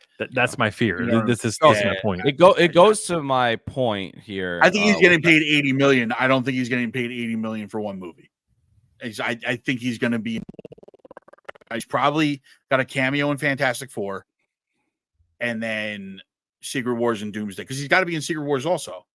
Yeah, he's got to be just Doomsday. Doomsday is the setup, and Secret Wars is the ending. So let's say it's Russo's even told you that they told you that directly that their movie before Secret Wars is Doomsday because it's the Infinity War. Yeah. So that means he's the Thanos of Secret Wars, right? So that means you cut that 80 million into three now across 3 different movies. It's not that much. Yeah, I don't know. I mean, he'll make 28 million. He's gonna make more than 100 million across whatever. Yeah, I'm sure he's got back end deals or whatever the fuck else. But what I'm saying is that Marvel, when it comes to signing the big names, the way they make their money is like Tom Holland, for instance. Like Tom Holland, he's on loan from Sony for 6 movies. So he's getting paid one number for the 6 movies, and Marvel can interchangeably pick whatever 6 movies those are. I mean, in the end, it doesn't really matter. What? I'm sorry. I was going to say, in the end, it doesn't really matter because people like us, like I'm going to go see the movie regardless. Even if I don't think it looks that great, I'm still going to go see it because I'm 100%. We keep up with all the Marvel stuff anyway, unless you're Venom or anything in the Sonyverse. So like, it doesn't really matter. I'm just saying, I hope it's good. One Shot says Matt Belloni of Puck News reports Downey is set to receive more than 100 million in salary and bonuses for playing Doom, Avengers, Doomsday, and Avengers Secret Wars. So you figure 50 million for each one. Yeah. Well, that's end bonuses. So that's that back end bonuses. Stuff. Yeah. So you don't know what they're. So it's probably so if it makes $1 billion, he's going to get another 100 million out of some shit. Yeah. But it's probably closer to like 35 million, 40 million for each movie. I'm a fan of bringing RDJ back to play Doomsday. However, I feel like there's plenty of actors out there that could play Doomsday and would get paid less and want to make a name for themselves. And it does feel a little desperate by the MCU and Disney to be like, does feel a little bit desperate. Like, But if so, my point with this is with this picture. If they do go the Tony Stark variant route and have you know how we mentioned they have like the mind swapping or whatever they decide to go. Secret Wars original logo was black and silver, and conveniently it's now Iron Man colors. So I don't know what to read into that, but I think it's interesting that now it's Iron Man colors after they announced RDJ. True. I don't really think that's Iron Man colors. I mean, it's red and gold, bro. Red and gold. It's orange. You're orange. Yeah, your face is orange. I mean, it looks more orange and gold to me than it does red and gold. Different roles, same task. Yeah, it's a different. What does that mean? Same task. They're different right, math, same one shot. path. So it means save the MCU. Yeah. Yeah. Well, one shot Yeah. said it too. You know, Tony Stark's whole goal. See, my thing is you know, we're just brainstorming now. Tony Stark's goal was to build enough droids and robots essentially that didn't have to be manned, that could just protect Earth. And with all the bots that came out on stage, like that could be what Doom is trying to do. But maybe he's trying to do it in futuristic 1960s of the Fantastic Four. And that's a part of trying to fight Galactus. And to your point, Carmine, maybe that leads to him basically getting Reed Richards and being like, I can't stop this thing. Like, I need your help, you know? And then Reed is like, well, we can't stop it either. We just got to get out. The idea of casting RDJ, I get, and I agree with you,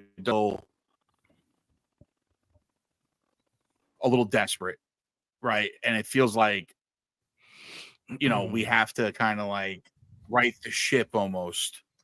And bring back the guy that built. But if they make it make sense, and I believe the Russo brothers can make it make sense, then I'm perfectly okay with it. You know, there is I mean, like, point that we're missing. It's very easy to make it make sense, though. Like, it's not a big jump. It's especially with now multiversal crap going on. And this is what I've always said is like lazy writing can easily be the trap in multiverse stuff, because it's like he's just Victor Von Doom in another. Right. And when the Russo brothers announced him, you know, we had the greatest actor to play Victor Von Doom. Before that he goes, with the many possibilities of a multiverse, we give you your Victor Von Doom basically, and then they show it's RDJ. So I think they're already hinting that it's going to be some sort of Tony Stark thing, but they're just not blatantly saying it yet. I don't think it's going to be a Tony Stark thing. I think they're just going to go easy, make it simple for everybody to understand. That's just what Victor Von Doom looks like in this universe. We're also forgetting.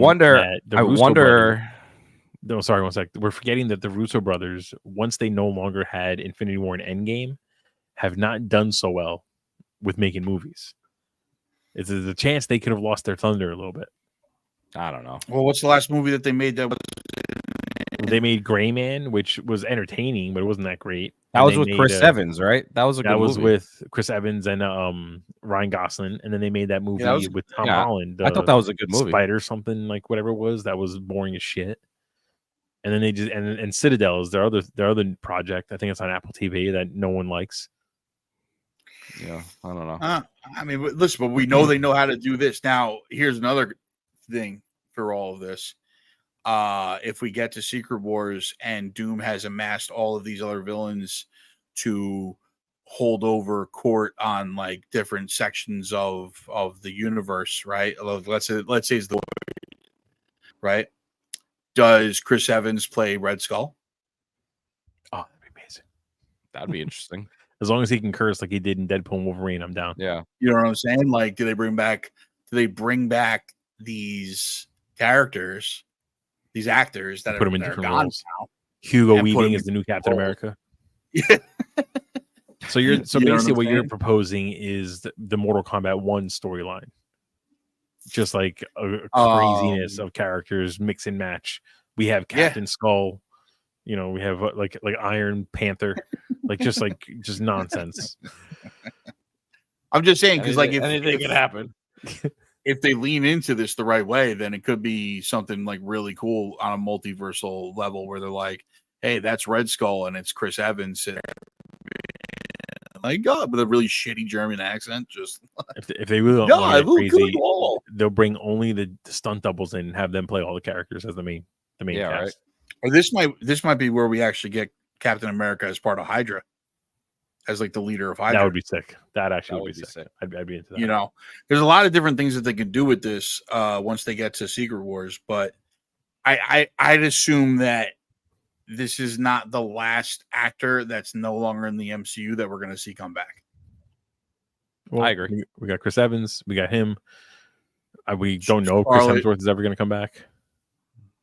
ScarJo. I don't know if we're going to get ScarJo back. Maybe for Secret Wars, just for nostalgia. But I do think Black Widow returns, and it might be a reboot. We're going to be in Thunderbolts. Her sister. Her sister's going to be Black Widow. We definitely get Black Panther back. I'm not talking about her though. I'm talking about like Scarlett Johansson's Black Widow. I think they're gonna reboot it after Secret Wars and have a different version of her. I think that's gonna be just wind up being Yelena, is what I'm saying. I think they're gonna use CGI to bring Chadwick Boseman back. Oh man, I'm not touching that one. All right, let's wrap it up. I think we at that point we're just gonna wrap it up. That's a good way to end it. We went through a lot. We talked about Deadpool, Wolverine, our thoughts. We gave our scores and all the announcements that came out from San Diego Comic-Con. Thank you so much for watching, Chris. It was a pleasure to have you back on the podcast. It was good to be back. Wade Pool, Zuplex. So wait, are we back though? Like, are we back? Not on a weekly basis. No, I'm down. I'm down, but we'll have to talk about it. But come on, big guy. I know you Saturday, can do this. Not on a weekly basis. This is not enough to talk about. This Saturday, me and this guy will be watching SummerSlam. If you're a fan of wrestling, so we'll be live back on this channel Saturday. So look for that. And keep an eye out on YouTube if you didn't catch this live, because we'll get it up there in the next week or two. Yo. Yeah. All right. Well, boys, it's been a pleasure. I will see you later. Later, guys. Later.